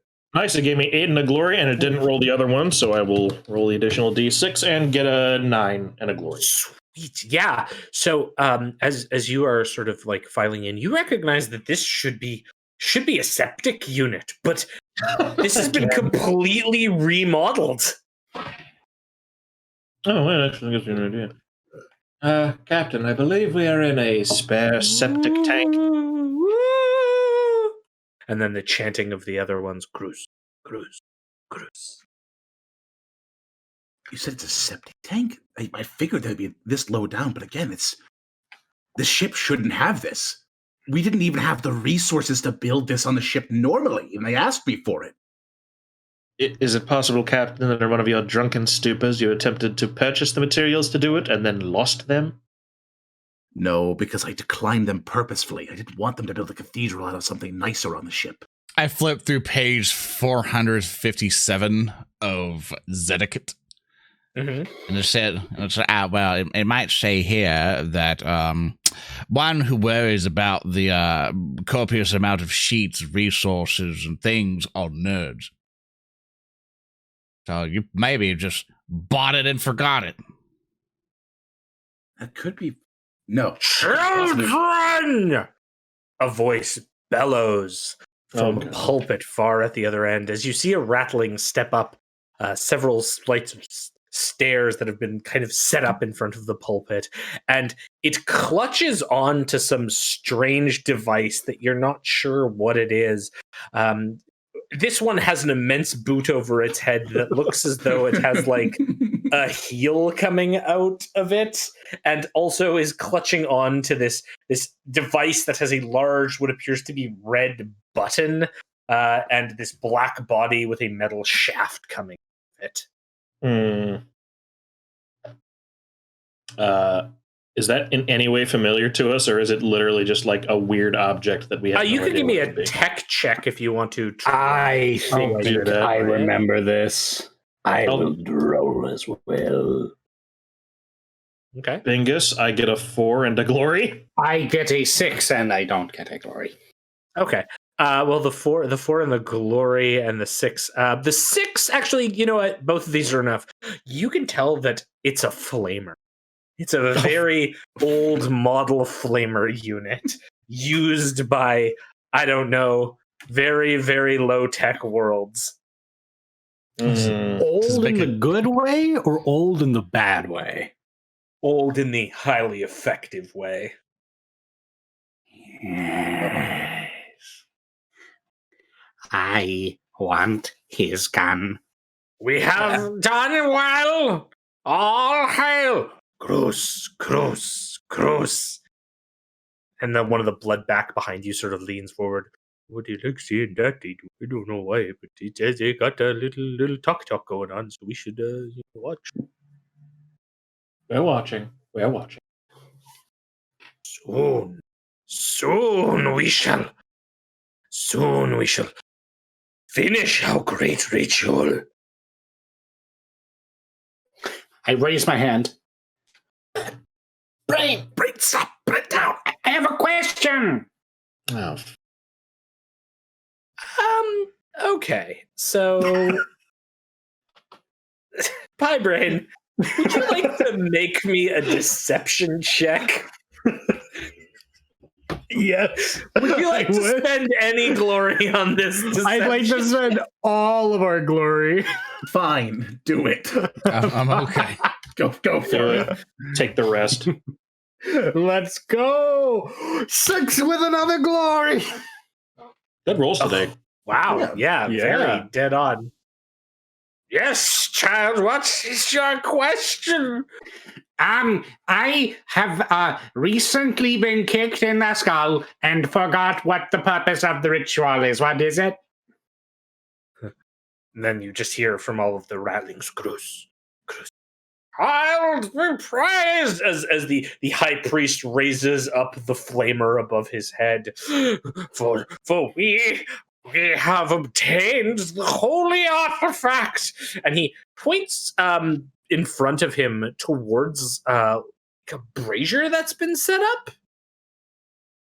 And the brazier's covered with this sort of like metal topper, though you can see small holes around it. We shall burn the artifact and release its power into this ship. Cruz, Cruz, Cruz. What does the artifact look like? You can't see. It's shielded by this metal cover. Like Okay. there's little light going in, but like you'd have to actually get up out of your seats and walk over to it. You guess that like from where you are, Lauren, it's about 10 meters away. Oh, what happens once it is released? Yeah. Then we shall be blessed with the presence of divinity. Hey, GM, crazy question. Mm-hmm. From the seated position, and I may or may not have put this together. I may be wrong though. Could are the holes big enough that you could like shout at them? Yeah. Can Reeb attempt to talk to the artifact, like from his seated position, or would I have to? I mean, there's 2 pews in front of you full of ratlings, so you'd be like shouting over 2 rows of ratlings, but you could. What would be a good role for that? Because I don't actually know. Oh gosh, I'm pretty open as long as it's not psychic mastery lorn. Maybe a Why stealth, not? like A stealth, like I'm trying to very carefully address the artifact while not alerting the other guys. yeah, I'd say stealth. I'd say like you could use stealth for that. How much we got? Oh, we got 1 glory. Brilliant. I will use our 1 last glory. Sure. Good. Glorious spent. Okay, we have a 4 and a 4. And a 4. That's What are you going to try to communicate? I will ask the artifact, "How you doing?" That's it. As the voice overtakes the entire chamber. Reeb's gonna like rest his head sideways on his hand and on his like knees. Gentlemen, I believe the thing that is making the wooing noise is a very small ratling. Have you found it? Where's is it the thing there? Or?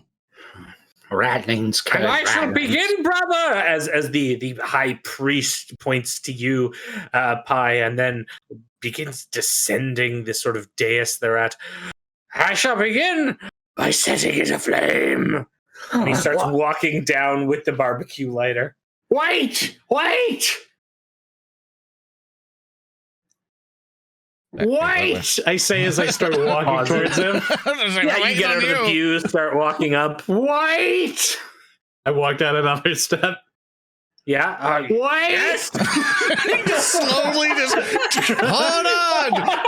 Hold on for a second! I walked out another. Give me another fucking deception check, you goddamn. I'm also going to ask one other thing, GM. Yes. Where's the control console for the septic tank? That would be a tech check to. Oh, balls. All right, I'll do that too. Mm-hmm. All right. Well, I'll be using That's a 4. my 1. Could I potentially instead roll intimidation or stealth? I mean, if you want to use intimidation, that's fine too. Like, if you're trying to shout down the high priest, that's okay. Yeah, because I have a 1 dice in deception. Yeah, that's fine. That's fine. Right. We'll roll intimidate. By the Omnissiah, let this be a successful roll. Once the machine spirits have cogitated. Oh, come back. God damn it. All right. Just refresh and hit it again. Yeah, I'll hit it again. I believe in you. I will also And as I as you complicate with nothing. No, the first one wasn't that. The first one was 3 successes. I'll take the first one. Fine. You do the second one. Pi stands up, and then all you hear is, wait, The 3 seems to like be a pause as the high priest has taken a few more steps forward, and you've taken a few more steps forward, Pi. And then the high priest sort of like cocks his like invisible eyebrows because the like top of the boot is hiding them. You. And he points the lighter flamer at you. You're the one who possessed the holy relic. We're the Holy Relic caretaker. Hold on. We brought the Holy Relic here. Wait. We can't keep doing this shit. Yeah, you're right. I can't. How close am I to this guy? Let's see here. You're within 7 meters. Okay. And by the way, that was a 4 on the tech. Is that not enough? No, sorry. Reeb, you would know that the control units are usually like either at the entrance to the deck, so probably outside of this immediate area. Though that tech would be enough to tell you like the workings here have been basically covered over. So this part of the septic unit wouldn't even work anymore. They just built over it. Now that I have the attention of everybody, Yes. I'm like, Yes. You know who I am? Then say my name. All right, Vince. There are shouts. Heretic! No, that's not it. You got it wrong. I'm like rushing up with my staff. All right, so, all right, let's get going, boys. Which one of you would like to go first in this combat? You are surrounded by several Rowlings, both in front, behind. I think Pie Brain would like to do the honors during this situation. Honestly, I think we've been here before, haven't we? I think. Sure, maybe. I'm getting a serious sense of deja vu. Yes. I think I figured out the mystery, but Pie Brain certainly has not. All right. If I have the power to go first. All right. You've waited long enough. And I take off the boot and I'm going to charge with my power sword. Yeah, okay. So you like discard the boot and rush towards the high priest? Yes, I am. Absolutely. So yeah, you like rush around the brazier that's sort of in the middle. Oh, yeah. I'm just like, I assume you're going around it. You're not like toppling it or anything. oh man, that'd actually be really cool if I toppled it. And you would crush anything in its path, including the thing we're trying to save. Oh, yeah, true. Yeah, in that case, I'll just walk around the brazier and just try to kind of body block this priest, stop him from throwing this artifact in. And the best way I can think to do that is to hit him with my enormous sword. Sure. And so I will make a charge attack for Lemuria. And with my mighty power sword in hand, we shall see what happens with a critical hit and a glory. The glory. Wow. Wow. Oh, wowie, Mario. Very, very, very wow. Can you give me a 2d6 and we'll see what the critical does? Sure thing, partner. Let us behold the majesty. 51. A 51 on the critical is overpowering assault. A stunning blow sends the foe lurching away, senses blurred by the brutal impact. Suffers d6 shock and is staggered. You can apply more shock by spending glory, but in this case, roll me damage, please. That is an academic point, if anything. Yeah. Very well. I will roll damage. Yes. Behold the might of Lemuria. Oh, can I shift that the icon? Yes, you will still hit it. Yeah. Yes. Here we go. Here it comes. Roll 20 keeps fucking with our climactic moments. Yes. The stabbing. Yes, let us see. Come on. Come on. I just like to imagine you're like in slow motion, sword coming down. It's like, Yeah. oh. Yes, like I got I'm like shoulder checking this little man with like my sword slowly coming up from the line. It's starting to reach up, and oh my god, why is it still not hurting? All right, I'm just gonna roll. Just roll that. Yeah, roll that thing. Yeah. So Old rage. yeah, I'm getting strength +2, so that's gonna be. All right. Ah, yeah, there you go. Okay. Okay. There you go. Damn. Technically- Oh wow. Well, that seems like a lot for damage. That might be. I don't think I roll That's that 8. much usually. Yeah. That is I have it's strength plus the 2 icons I shifted, right? Well, you don't add your strength just gets added to the base damage. Oh yeah, and then I rolled way too many. Yeah. yeah. We're back to the Amnesian X, I see. Oh yeah, damn, back in the early proto games. Yeah, okay. So I don't get that many. I'm sorry, I'm so used to like the formula of roll 20. That's fine. There we go. There it is. Look at that. There it is. Yeah, 14 damage. That's pretty rad. And you got AP3. Look, you got that all going on. So he takes the hit. This is a bulky boy. And as the chunky ratling takes the slice from the power sword and kind of staggers back slightly from the impact of the staggering strike, kind of breathes back. His move is reduced by half. Oh no. Okay. I will go. And I will. Oh, he has to go, boys. He's going to. Oh no, you know what? No, I know exactly what to do. This group of ratlings on the right hand flank comes up in a charging mass.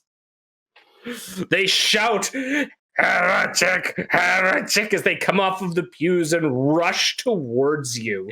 They all, like, as they run out, pull out small, like, butcher knives and begin slashing in the air as they rush towards you. And yeah, they are going to come at you with a whole bunch of extra attacks here. So let's see. Come on, if you think you're hard enough.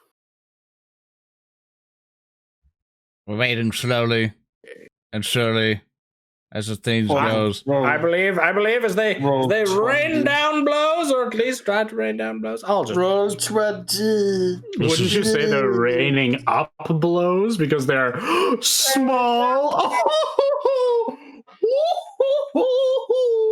Oh, they're really just coming up. Do you have a gun soundboard, Arendelle? Just like bam, dead. 5, which does that hit your defense? That is equal to my defense. Yes, so it will hit you. And In a shocking turn of events. 7 there, but whatever. I still hit you. Yay! For people confused, Pybrain gets an additional defense when he's in melee. That's why it's 4 of the thing. He gets 5 in melee. It's a filthy cheater. They feel like Is. And with all of these attacks, You die. Also get. Oh, very good, very good. So that 13 total as the stabbing comes down on you. 13. Wow, these are scary ratlings. I'm not. This is what happens when they fight as an actual mob together. All right. Well, I'm going to be ignoring all but 4 of that. Okay. So I am going to roll some determination. Yeah. And I will soak 3 of that. So I will take 3 shock. Yeah. And 1 wound. Oh, 1. Yeah, okay. And then would you like to counter it? Or is that only when they miss? No, I could do it now. The thing is, here's my question to you, Thorsten. Yes. Is this high priest going anywhere? I mean, because he's surrounded. Well, he's surrounded by his guys. He's staggered. Yes. So can he move on his turn? I mean, he can move half speed. In that case, I will not. I would rather charge through these tiny little bodies and get him if he decides to go somewhere. Okay. Who would like to go next? I got a proposal to the rest of our party, by the way.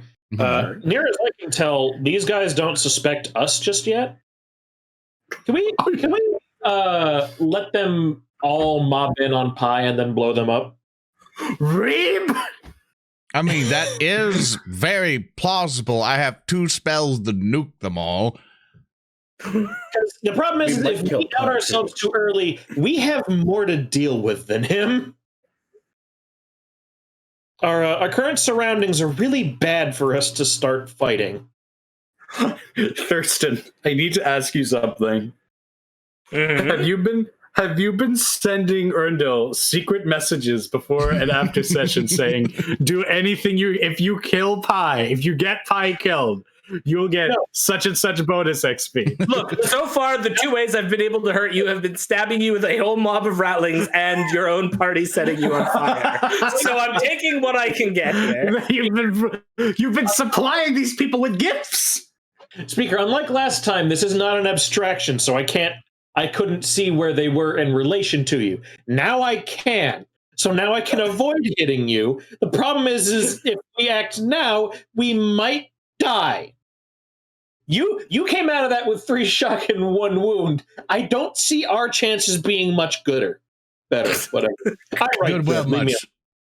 Who wants to go next? I could propose. I don't have to attack this turn, but I want to set up myself, I guess. Okay. If no one else wants to do a thing. No. Okay. No, if you're going for setup, I'm going to let this happen. Right. Okay, so I'm going to move over to my friends over this way, in between these pillars, as if I'm like, protecting my flanks. Cover. Yeah. And I'm like, okay, boys. I'll make a dome. Don't worry. It can help with any damage we might cause. And I then do telekinetic dome. And I'm going to spend 1 glory just to kind of increase that one maybe chance that I can make that happen. Just boost it up a little bit more. So telekinetic dome and boom. And I'm going to spend a wrath because I rolled terribly. Yeah, absolutely. Because I only got a 2 out of that, and I need a lot more to really make that work for some reason. So reroll. There we go. There we go. There you go. Better. Unfortunately, I didn't do well enough to I can't shift anything, which is the bad thing. But yeah. So I did a dome. So basically, it is like covers yourself. Yeah. So it only does myself, unfortunately. But I move around. I like that you were going to be all tried. Awesome. Yeah, I'm going to help you all. Nah, fuck it. My head hurts. I need aspirin. Yeah, so unfortunately, well, basically, I'm protected. Yes, and that's the end of my turn. That does nothing to sway my idea of how this is going to go down. I'm just setting myself up. Now, we do have glory if we want to interrupt. Yeah, we have 2 left. If you want to. Are you guys going to? Does someone wish to interrupt? I really don't. I'm going to be honest. This is still really bad. Okay. Especially since Lawrence only covering himself with the telekinetic dome. I tried. I appreciate it. But also, I'd still die. Okay, so none of you are going. Okay, we're just sitting. The 2 pews in front of you start rushing forward. They all get up and form kind of this line, watching the mob that has descended on Pie Brain. Okay, either Zedek or Reeb, you're up. Your choice.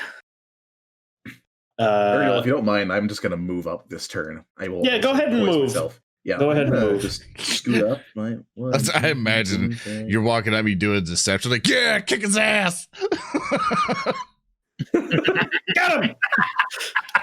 You're supposed to use your abilities to help your allies, not hinder them. Okay, so you walk up. What are you going to do when you get there, Zedek? I'm not going to attack. I'm just going to overwatch and just sit and wait for my time to strike. He sits down. Just XCOM Overwatch. Just The next out a bottle of wine. The next set of pews continue to form a watching line of Pie Brain. Reeb? This is slowly turning into a Rattress game. Can I push my position further down? I'm not going to. If I don't act, can I go after the next group? Delay. Yeah. You can delay. Do you want me just to basically you want to have the other rattling groups go? Yeah, I'm kind of waiting for them to get into a better position. I'm just sitting on the pew. That's the next group. Mm-hmm. Yeah, go ahead. I will. Yeah, that's all right. The next group. All right. I'm content now. Okay. At this point, Reeb will just kind of calmly stand up and reach for my flamer. Okay. So you have this line of 30 plus ratlings. As I approach them from the back, because they're all shouting and chanting for the fight going on. Gross. You could just hear Reeb go, and they all there's this slow turn from a few of them. I'm going to take our 2 extra glories, and I'm going to toast. Oh, hashtag believe. Annihilated. Oh, 5 and /R 2d6. No, there. 5. Do you want to spend Wrath to reroll those? You get as many as you can. Yeah. I will. Yeah, I will throw one of my things in. Totally. Yeah, that's way better. There you go. That's a 9 That's total. way better at a 9. Way better to 9. Okay, cool. So that's good. That's a lot. I can shift. Where is your one. target? I suppose is the question. So thinking on that, I think I would like to hit the ones directly in front of me, just because these guys will take a little bit longer to get to me. Okay. So I'll get these ones. Okay. This guy right here. So basically, like you can. So first of all, you pick a point. So like the range of your weapon is 10. Is that correct? I believe that is still it. Yeah, the range is 20 on the flamer. 20. Okay. So you pick like a target that you want to hit. Probably, yeah. Like I'm guessing the one at the center here. Yeah. Okay. So now this is how flamers work, which is redonkulous. So you like go like up to there. Mm-hmm. In fact, you could go like there, right? Yeah. And then you hit all of these in a line. But for every shift you have, of which you would have here, I think 2. No, 2, because you got 2. You can shift basically 1 meter. So you can move it so you get 1, 2, 3, 4, 5, 6, 7 of them by shifting. Mm-hmm. Actually, 8 technically. So 1, 2. So that's as you go. Yeah, that's what you could 8. always do is you could move to like over here. And you could get the fucking Warhammer Fantasy style flame attack. But if they don't die, then I'm right in front of them. But you're right in front of them in either case. I mean, Hey, it also he's got will be our turn pews. soon, so Yeah. they already did their turn. Yeah, they did do their turn. So up to you.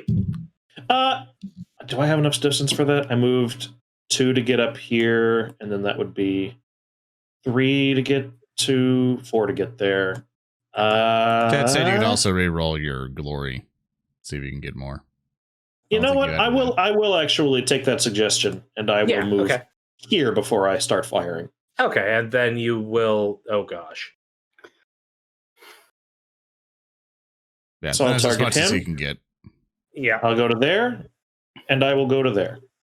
So that gets 9 and 2, so that's 11. Because I think I miss these 2 and I miss these 2. Okay. Roll me damage. All right, now comes the fun part.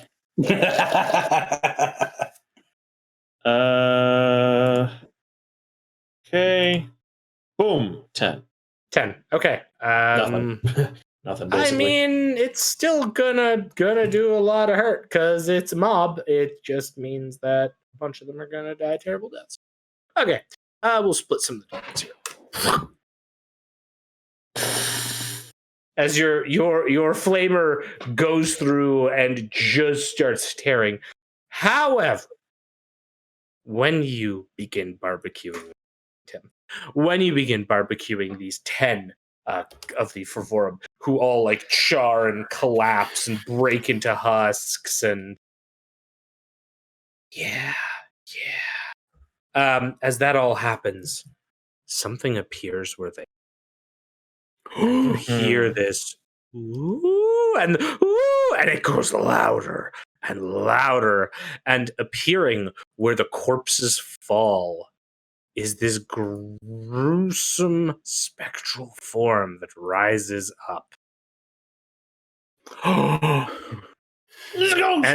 and these ghost-like cultists begin moving, floating through the sky towards right over here behind the pulpit, where they start lining up.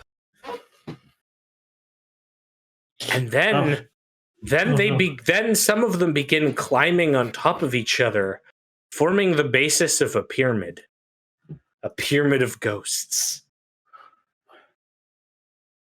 Oh no, we dealt with the 4 kings before, now it's the deacons of the deep! No! By the Omnissiah, our darkest fears confirmed. At that point, I Geometry. will then go with the high priest who attacks you, Piebrain. I figured he would. Enjoy that Any- complication. I get a complication. complication. Sad. Complicate. But I think a 5 hits you, so that's cool. It does Um, equal my defense. Oh, this is good. I'm going to use this one from Cirrus DC.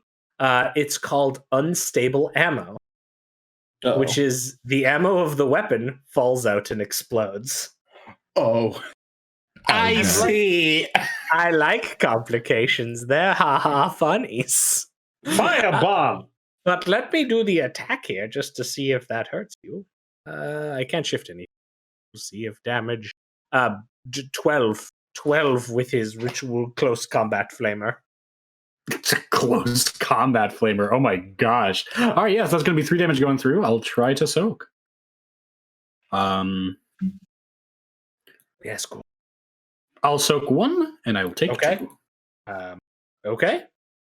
And then as he's beating you with the butt of this flamer, there's this chunk as he cracks something against your like outer metallic armor, and this leaking substance begins filling the ground around him. And there's this hush like and then it explodes. Ah! No, you fool! Now, Piebrain, you have not taken a reaction. Yes. Now, you can, as a reaction here, essentially take a full defense, which will grant you extra resilience against whatever damage would hit you and potentially allow you to avoid being set on fire by this. However, if you do that, you can't basically move or take actions during your next turn. You're giving me a devil's bargain here. I am. I've learned how to hurt you, and it's fire. Thanks for that pro gamer tip, Reeb. All right, here's my question. Mm-hmm. If I spend a wrath Okay, I'm liking and this try already. to throw a ratling on top of the fire, can I gain the benefits of a full defense without losing my actions? I will allow this because it's fucking hilarious. In that case, I see this. No! And I just grab a little person who's like, no! Ah! And I throw him onto. Why? This is Warhams, guys. We get real close to the microphone and blow out your fucking ears. We have fun here. We're a group of fun. Yeah. Okay. So you're going to dodge. Okay. So what I need you to do is give me an initiative list. I would love nothing more. Yes. And every success counts as +1 to your resilience. I am going to take that, and then I'm going to use my final wrath. Reroll. And re-roll. Excellent. Do it. For a frankly insane amount, giving me defense 10. That's good. Let's see if this damages you. It does not. Wait, did you roll a straight 0? It should. The damage isn't calculated there for some reason, but it should be 10 plus. So Okay. So it matches. You would actually take 1 point of shock, which I think is fitting, as this thing explodes and takes out all of the rattlings nearby, and the high priest, and then ignites the brazier. Which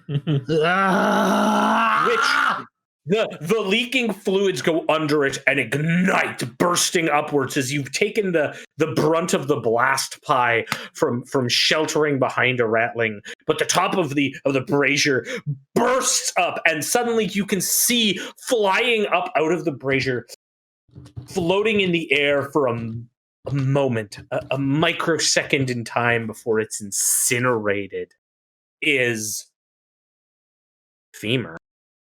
And it's then ripped asunder into flame, followed by and my legs. Oh no! As suddenly appearing out is a spectral entity that you have seen before. I point at him. The Divine Lord of Fervor. Everyone! It's a Geraldine! I require now all of you to give me a resolve test. Oh, well, here we go, boys. I will preemptively take the last 2 glory so I don't fail that. Can I even add glory to a resolve test? Fucking yeah, absolutely. I am good with it. You go. Nice 0. I see on my overlay I have 2 wrath points. So is that because of the kindness of Chad, or have you just forgot to take mine away? I didn't even know you spent one, to be honest with you. Yeah, he spent 2. He spent 2. 2 wrath dice? Okay. Uh-huh. So it was never clearly said, so I missed it. Also, I'm trying to... So here's the issue with me trying to make it a dark mode for Roll20. It also hides all the text, so I'm trying to find my darn resolve roll thing. I got a 2. Okay. I also got a 2. Cool. I got a nothing. A nothing. I like a nothing. So all of you are afraid. You are affected by fear, which means you take basically your difficulties against the ghostly Divine Lord of Fervor, who was manifested out of the flames, are 2 higher. I found it. Resolve. I got a complication. Son of a bitch.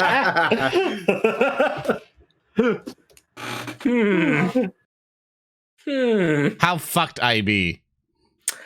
I think there's a really good one I can use here. I'm going to use this one from Patreon person 8Z, which is entitled "Make a Medicaid Check on X." The player becomes convinced that a skill that is totally useless in this situation will prove useful and must spend their next action making a skill check with that skill to try to find a solution. I will ban you from using Psychic Mastery. No. I have a question, by the way. Can we tell for certain whether or not that is Pie's plated femur or if it's the one that I took? It appeared to be Pie's plated femur. Oh, thank God. Thank God for that. I still got mine. I got your dice thing. All right, so that's that. At the end of the round, the blood bag. Oh, look at that dang old ghost here! Oh no! And then these cultists start rushing up, and that's the end of the combat round. That brings us to the next round. Y'all get to pick who goes first. You want me to keep going and clearing out the chaff? That would be quite nice. All right. Well, if no one has a problem with that, I'll just go over here. Actually, being further away actually helps. Yes, because I think I can hit this entire blob if I do that. Yes, I'm gonna do the firebomb again. Do it. I do the firebomb from Sonic. You cast fireball. I cast fire explosion. I fire their explosion with a 3. And I have one last wrath, so I'm going to redo that. Ooh, yeah. And get it up. Whoa, damn. God. All right. Damn, sir. And guess what? I can shift 2 again. Yeah, two. Yeah, because the other one. Yeah. So It's time to fire gun. roll damage. Roll damage. I want to see. Ah, your now damage. of course it decides to lag. I want to see your damage. And then I refresh. Waiting for the damage. Waiting for the worms. Kevin, what's your damage? 4. No, You can It's just. Oh, there we There go. he is. Ooh, wow. Yeah. Good night, sweet like princess. You murder-late 12 of them as like you whoosh through the next like wave of rattlings that were there.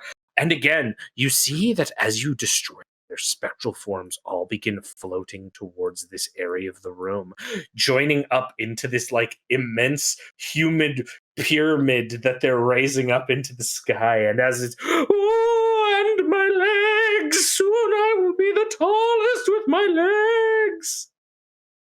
Are you fucking me? They're learning. Terrifying stuff. Super spooky episode. I haven't done much. I just came up here with like a broom and just swept them away. Pest control. All right. Well, I suppose I will go next. I will go with the ghost. Yeah. No, you won't. Or I will interrupt you. Would you like to interrupt me? I would. And Go ahead. no, I see this ghost, this operation of misused motive force, Yes. and I know what I must do. Yes. You die today. You're already dead. You're gonna die a second time. I can't. There's no easy way of saying it, so I'm just going to hit you, and I'm going to charge him. Okay. And we'll do what Pi does best, and we're gonna make a weapon skill. No wrath, no glory. Here it comes. Here we go. And it's a critical. God. There you go. You can shift one of those. Oh wow. Okay, can I roll my 2d6? Yeah, remember, because like you're at -2 because Yeah, you're afraid yeah. of it, and -1 because you're wounded. That's all. Yeah. Okay. Okay. Yeah, roll your damage, please. 53. Yeah. Oh, sorry, 53. Yeah, for the crit. Crit. Yeah, you do 53 damage. Yeah, 53. Yeah, that's why I was like, I had a moment there. I had a little moment.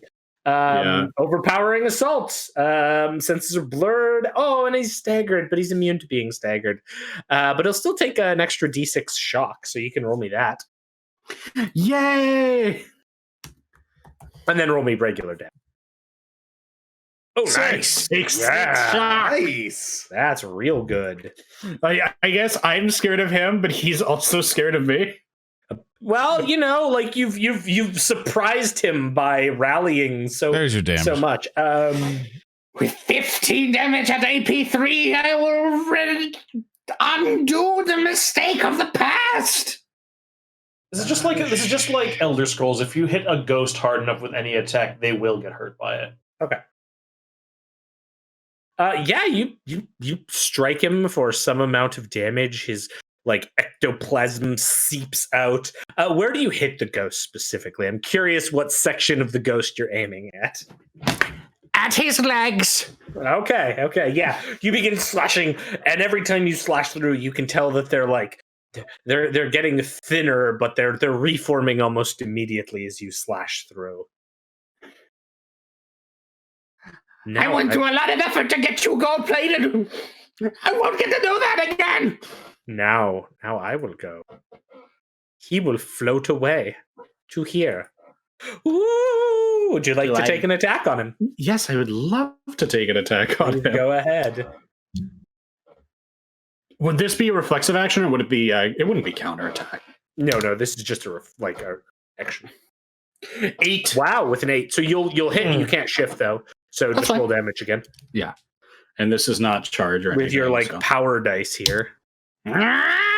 12 AP minus 3. Very nice. Yeah, you managed to like slash through. Oh boy.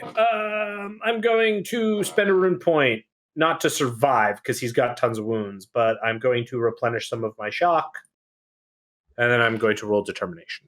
Stop 3. Okay, cool. So he's looking like hurt, but like he definitely seemed to dodge away from a lot of that. Though you've got him worried. Like you're not supposed to be this effective against him. You belong in a museum or a trash can. And he goes to this like beside this pillar, and he raises his hands up, and says, "For I beheld chaos, and I fell from the warp like lightning," and sticks his hands out towards you as these fissures in the immaterium break through reality and course towards you like strange lightning bolts of energy. And let's see how he does here. Oh no, he's turned into Emperor Palpatine. With a complication and a 3. Oh no. Quick, The GM, 3 will use your fail. rune. I can't use my rune for this kind of stuff. However, actually do mark me down a rune because I used a psychic power there. But now I have to roll on Perils of the Warp. Oh no! Wait. Oh no! We're in a warp. We're in the warp. Wait, if it's a psychic power, then Lauren can try to deny the witch. I mean, he failed it, so He I don't failed. have to do anything. Which But if you passed, that would have been cool. That'd be pretty cool if you did, bro. Cool. You realize we're about to be in deep shit, right? Yes, you are. Because I'm not going to roll on the table. I'm going to roll on. Oh no! I'm going to take one of the complications from our lovely patrons. In this case, one Shimmergloom, who has provided a lovely complication entitled "The Curse of Segarach." Oh, come the fuck on. And holy fuck, you all need to communicate in puns, knock jokes, or pantomimes. So otherwise, As he I'm unaffected. appears and begins dancing. And then disappears, and then the ghostly divine lord of fervor stops his assault as this clown-like entity briefly appears in existence and absorbs all of the fissures arcing towards it. No, my power, my legs. And that's their round. Who would like to go next? You didn't have a leg to stand on after that failure. Relatable. I would like to kill. I would like to attack. I'm going. Are we okay with that? I'm good with you going, man. Don't worry. You've been waiting a long time. Go. I'm putting my foot down, but I can't stand this ghost. I'm going to attack with my arc sword. As soon as it, there we go. So, yes. Here we go. Yeah, the complication. I'm going to spend a rap die to reroll that. Yep. Son of a bitch. That's fine. It's good. Oh! So you will miss as you are still afraid of this ghost. Complication 3. Complications. In this case, you were charging with your power saber, right? Correct. Your power saber begins jolting as the machine spirit is incensed at the joke or at the pun you just made. This is literally a complication from one Jeff called Machine Spirit Incensed, and the weapon is essentially rebelling against you and vibrating in your hand at how bad your pun was. This is a really bad time to have a compligation. I'll kill you. Fucking hate you. Oh, I'm before you can. I hope you suffer an aneurysm. I might. Thank you. This is what the clown wants. He wants us to kill us all. He wants us to kill each other with the puns. The swarm of cultists descends on the remaining cultists descend on Pie-Brain, rushing towards, and like suddenly a terrifying chant utters from their lips. Kill the toll, become the toll, as they rush at you with knives. Have you been stabbed by a bunch of ratlings before? We'll see. That will miss. So they just like bounce off your armor as they're all around you, going tink tink tink tink tink. Kill the toll, kill the toll. All right. That wasn't a funny joke. I didn't get the point. Fucking hell. Who wants to go next? You've already gone. I know, but I wanna plan my next move, and because I'm seeing a really good opportunity right here. I will. Please, I'm dying. Lorna, I don't have any chocolate. You can go if you want. No, no. He's already gone. Lauren, you're the only one left. That's next turn. I suck at puns in chat. Saying, "Where's your complication?" Because it's not my turn. You gotta wait. You gotta wait the turn. Yeah. I assume that it is the bloodback in the southern end that are still sitting in their pews diligently, who are like, oh, relatable. They're doing nothing. They're fine. Relatable. They're fine. Cringe. What would you like to do, Lauren? Oh, apparently I have a fucking checklist to do. 1, I gotta make a shitty pun. 2, I gotta do something medical like, and 3, I apparently have to do something psychic or something to save the day. No, you have to use a skill check that like is completely like unrelated to this. So any skill you want. And you can still, like, it doesn't prevent you from taking a multi-action. So you just increase the DN of your psychic test by 2. I only have 1 psychic thing up already. Like, so I get the thing already. Yeah, but if you want to cast a new one, then it would go up by 2. No. If I cast a new one right now, yeah. Regardless, I have nothing. Like, the combination makes no sense for me. There's nothing to do. It's because you're an old man. You've been in the mountains doing nothing but learning how to think real hard. That makes no sense. Like you've got like some skill that you just really think is going to be important here, and who knows? Maybe if you roll high enough, it'll come true. I've been sitting here the entire time trying to think of something. There's nothing. There's nothing I have. I'm blank. I'm sitting here like, okay, what funny? There's nothing. There's nothing here. I'm trying to figure it out. I will I'm molten beam Zedek. Wait, I've got it. I sidestepped to kill the ghost instead. Okay. We'll do something. Oh, leadership check on your beard. That's a good one. Fine. Copernicus has been acting up, and I still think the wall it's trying to kill me or something. I'll roll the fucking leadership to make sure the beard doesn't kill me. Would you like to use glory on this?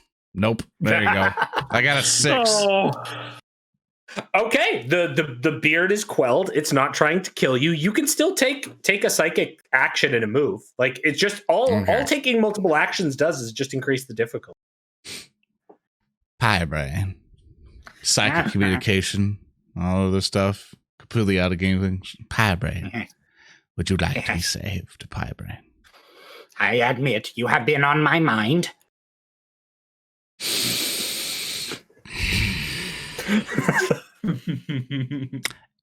You know, I used to thought we would just be friends, but you assaulted my mind with that bullshit. No, you are my psychic sidekick. You know what I do to people like you, Mr. Pie-Brain? So, Master Wayne. Master Wayne. Some people aren't looking for anything logical. Master Brain.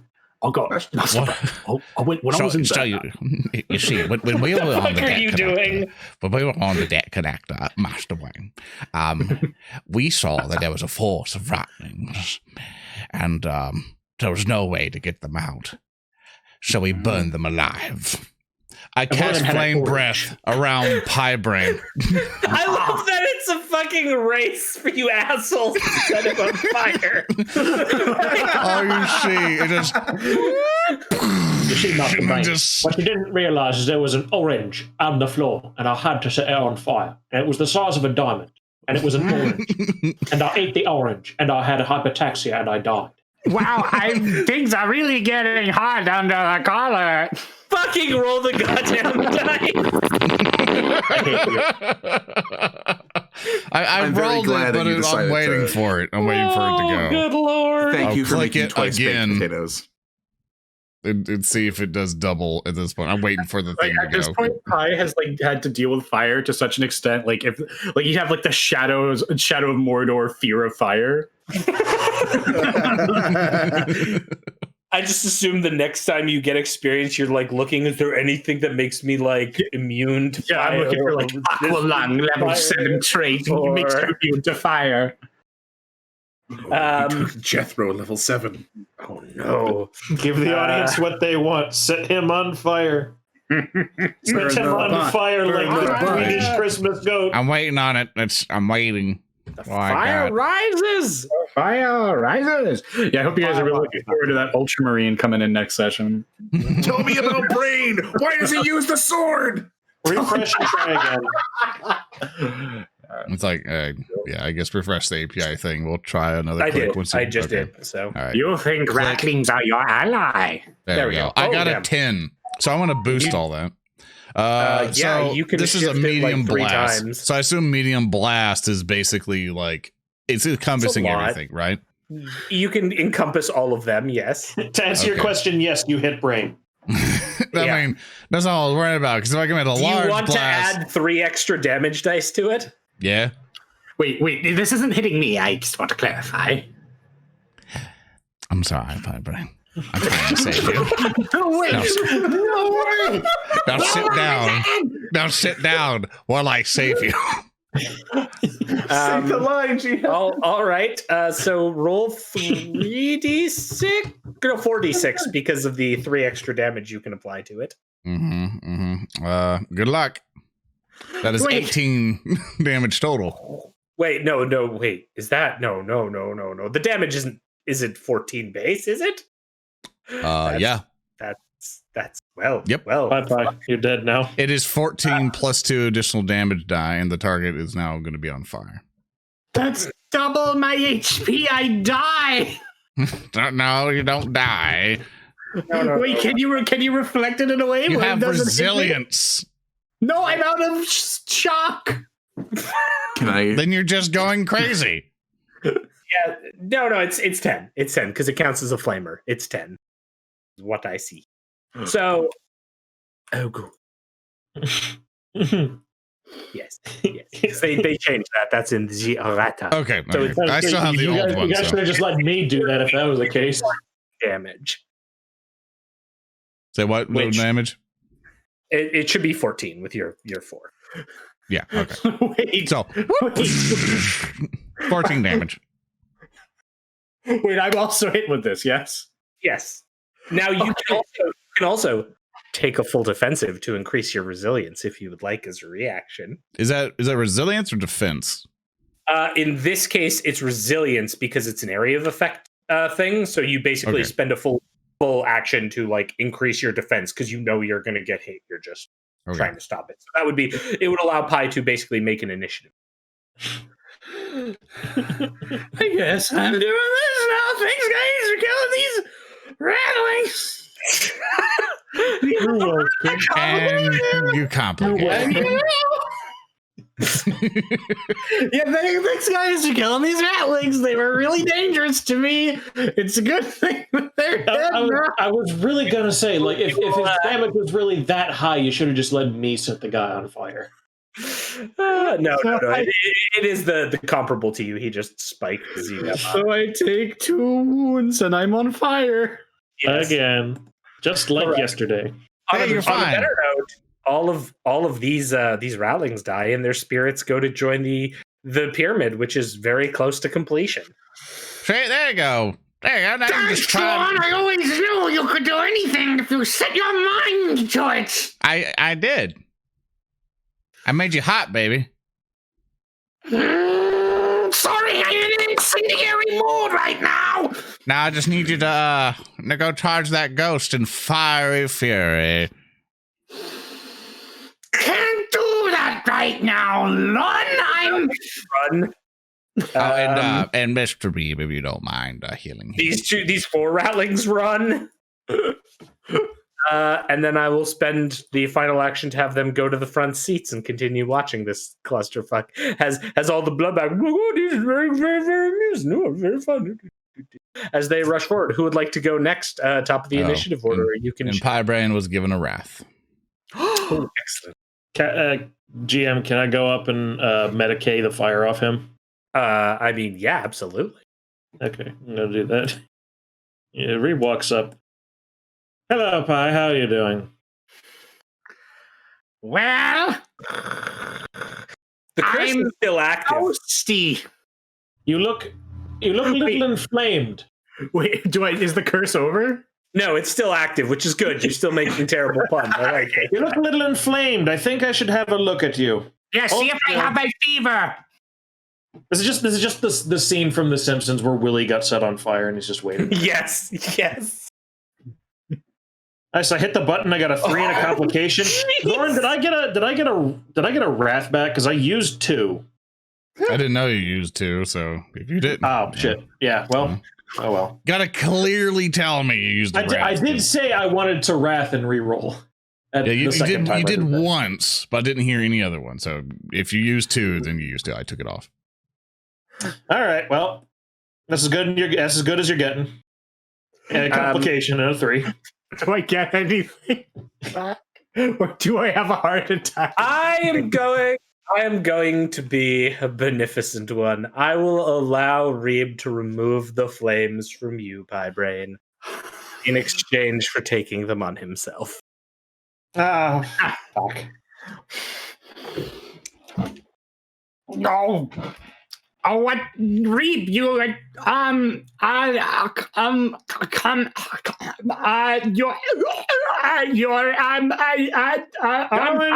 today. Go and kill. Go. Okay. So basically, I assume you go up to medicate him, and then Piebrain hugs you, and the fire's all on you, Reeb, and then you say, "Go and kill." I appreciate your warm bedside manner. The ghost moves again. Is Captain Zedek? Would you like to take attack? You're goddamn right I would. You want to shoot or sword? I'm gonna sword him. All And right. fail. That's good. Your sword is still buzzing in anger against you. You sure you don't want to shoot? I don't think I'm allowed to at this point. He made the declaration. Ghosty Boy's moved, and the Ghosty Boy is looking at Piebrain. Hello, Pie.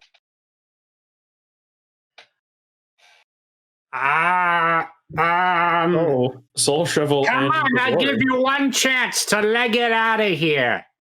Now, as a reaction, Lorne can attempt to deny the witch. I will attempt to deny the witch. What do All right. And It's just a psychic mastery test. Yeah. I have an actual dedicated thing cool. for it. There you go. I have to beat your 6, correct?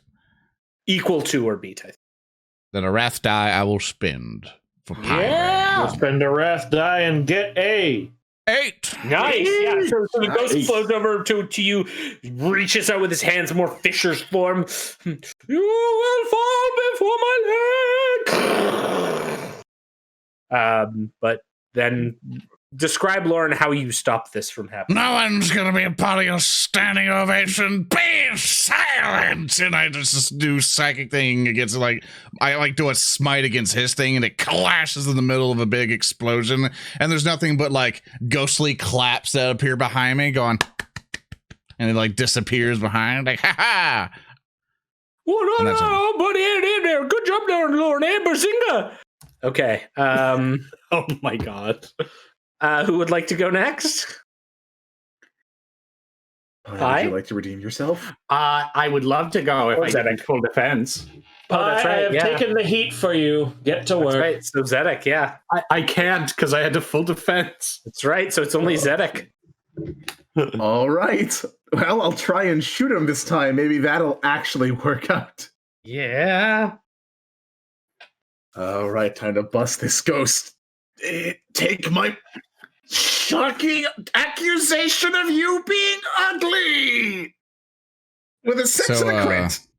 So I'm sorry, Captain Zedek. Oh no. I'm sorry, Captain Nice. Zedek. Someone You've been force ruined. said did a contribution to Warhams that says Zedek's ranged attack complication, which is their own complication submitted yesterday. Yada yada.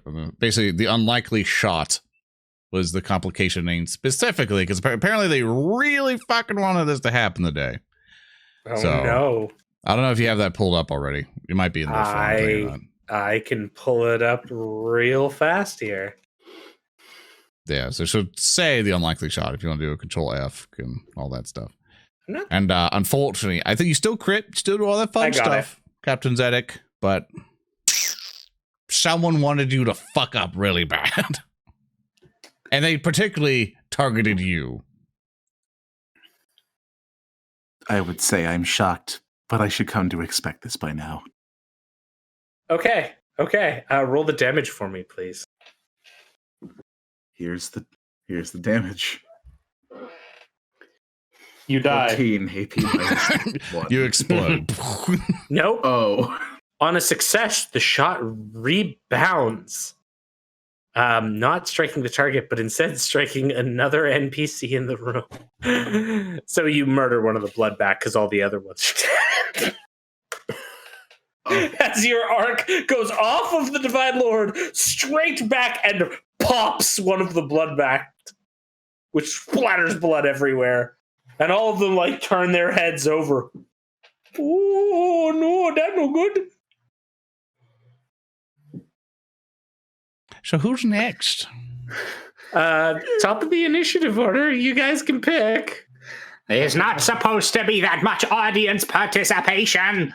Trying to take my sword. Let's fucking hit the thing. Go. Mind if I cut in? I moaned myself in the head.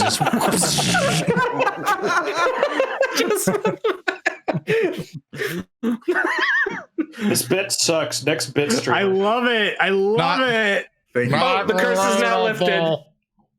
We laughed for more than 5 seconds there. The curse is now lifted. That was in the complication, but I couldn't. Yes. Let's right. see. 11. Yes. You can shift 2 of those. He activates the Death Lotus maneuver and destroys him. Yeah.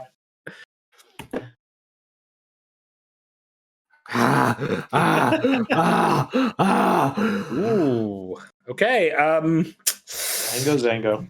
Yeah. Oh, also mark me down a rune point because I tried to use a second power. Sad. That like shears down one of his spectral legs, and he turns and looks. Oh no, my leg! But is still standing. Listen, you see-through sassafras, I beat you to it at once! Get ready for the sequel! Take a reaction, please, to attack him as he floats away in front of the fuse. Absolutely will. Do it.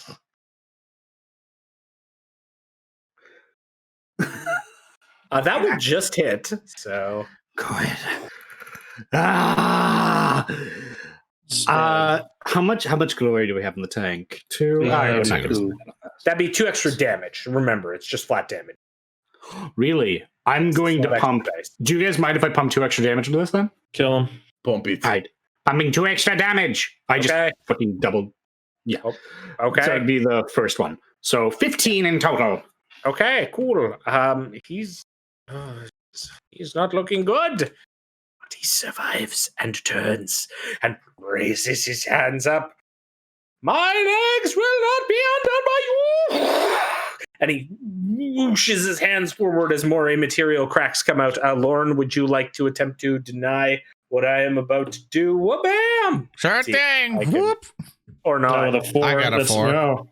Oh yeah, you stop it. More like crashing, smiting energy meets in the middle of the chamber and explodes in a fantastical display. Yeah, he's okay. Can I Molten Beam him already? Well, if you denied the witch, but you wouldn't have actually denied the witch because he missed, so you can Molten Beam him now. All right, let's do it. Can I go? Does anyone else want to do a thing? I'm good. I'm waiting.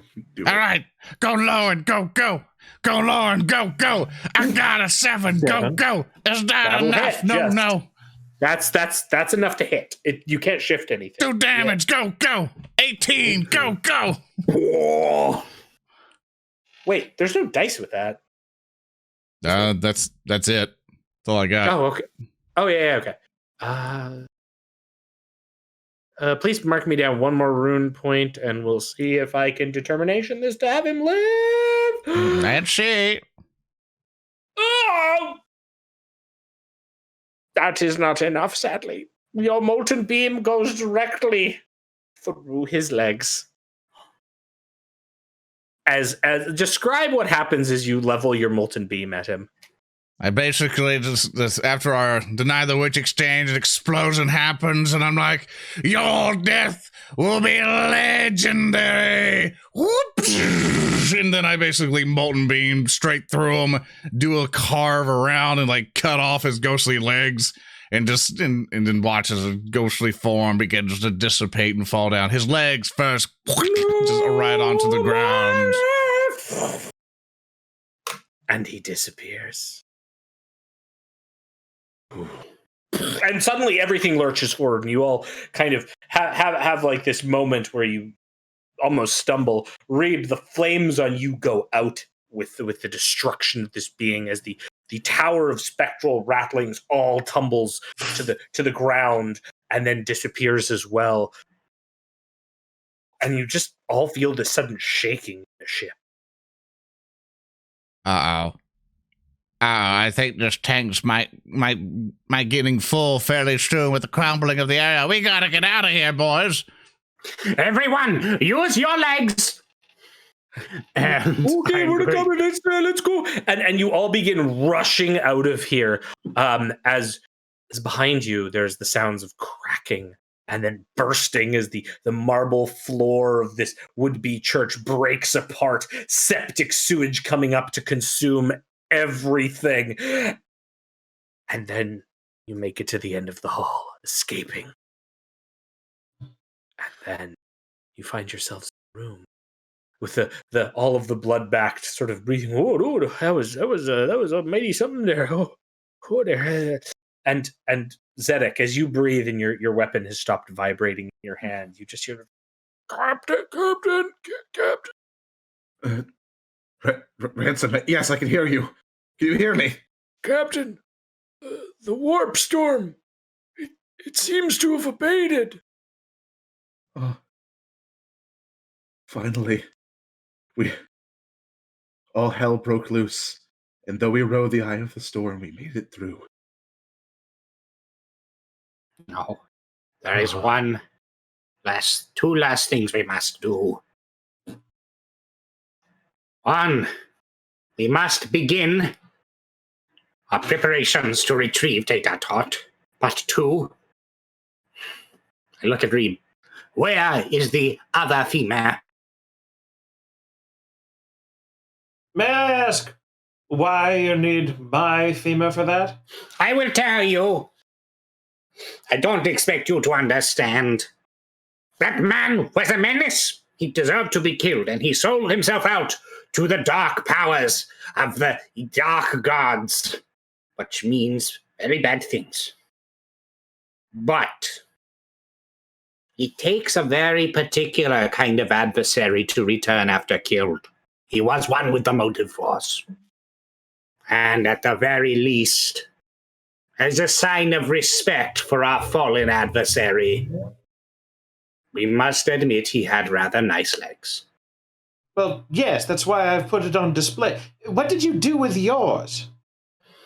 And it's a flashback to Pi, who, while just sort of generally doing maintenance on servitors, would occasionally just hit them with the bone when he got frustrated to channel his negative feelings towards Gamu, whenever Gamu would just like passive aggressively do things. And many images of Pi smashing shit on the dead collector after Gamu incensed him.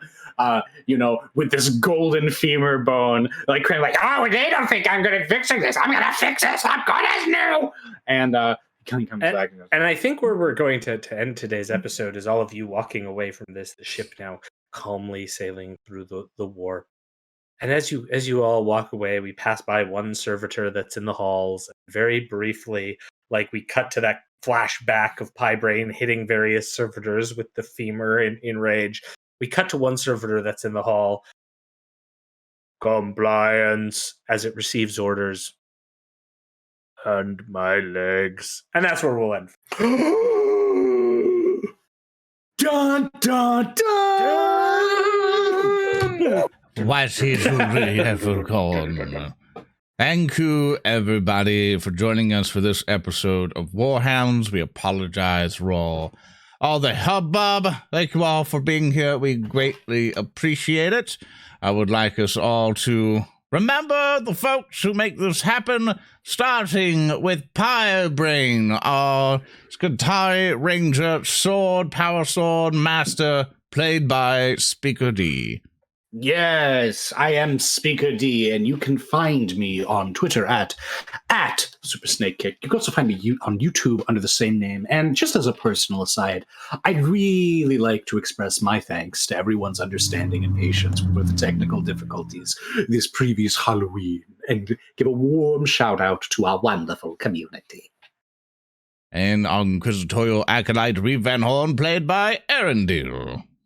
Yeah, you can meet me on Twitter, and by meet me, I mean watch me reblog or retweet crap that's just, just all over the place, whether it's in support of something or just, farting out of my ass, then, you can follow me on that. And again, I appreciate you all being patient for the issues that Speaker was facing. They were a little bit more than technical. And I am Sean the Bear. I've been playing as Lorne, the Sanctioned Psycho, and Captain Zedek, owner of the Debt Collector, writer of Zedekit, played by Hulky Crow. Yes, it is indeed me, Hulky Crow. You can find me on Twitter at Hulky Crow. It's really the only active social I have at the moment. Or pester me on Zoran's Discord server if I'm there every now and then.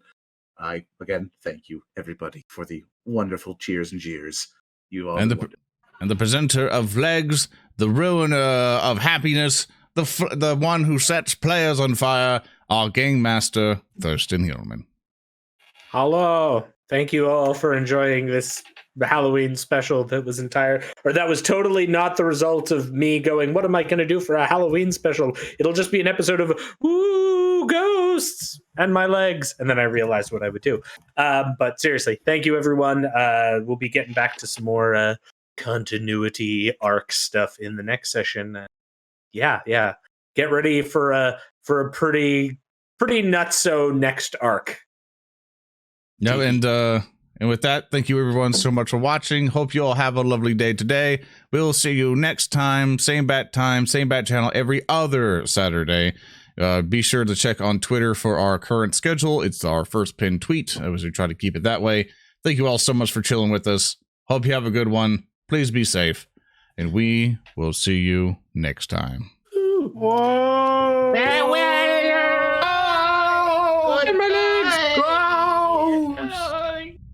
Terrore.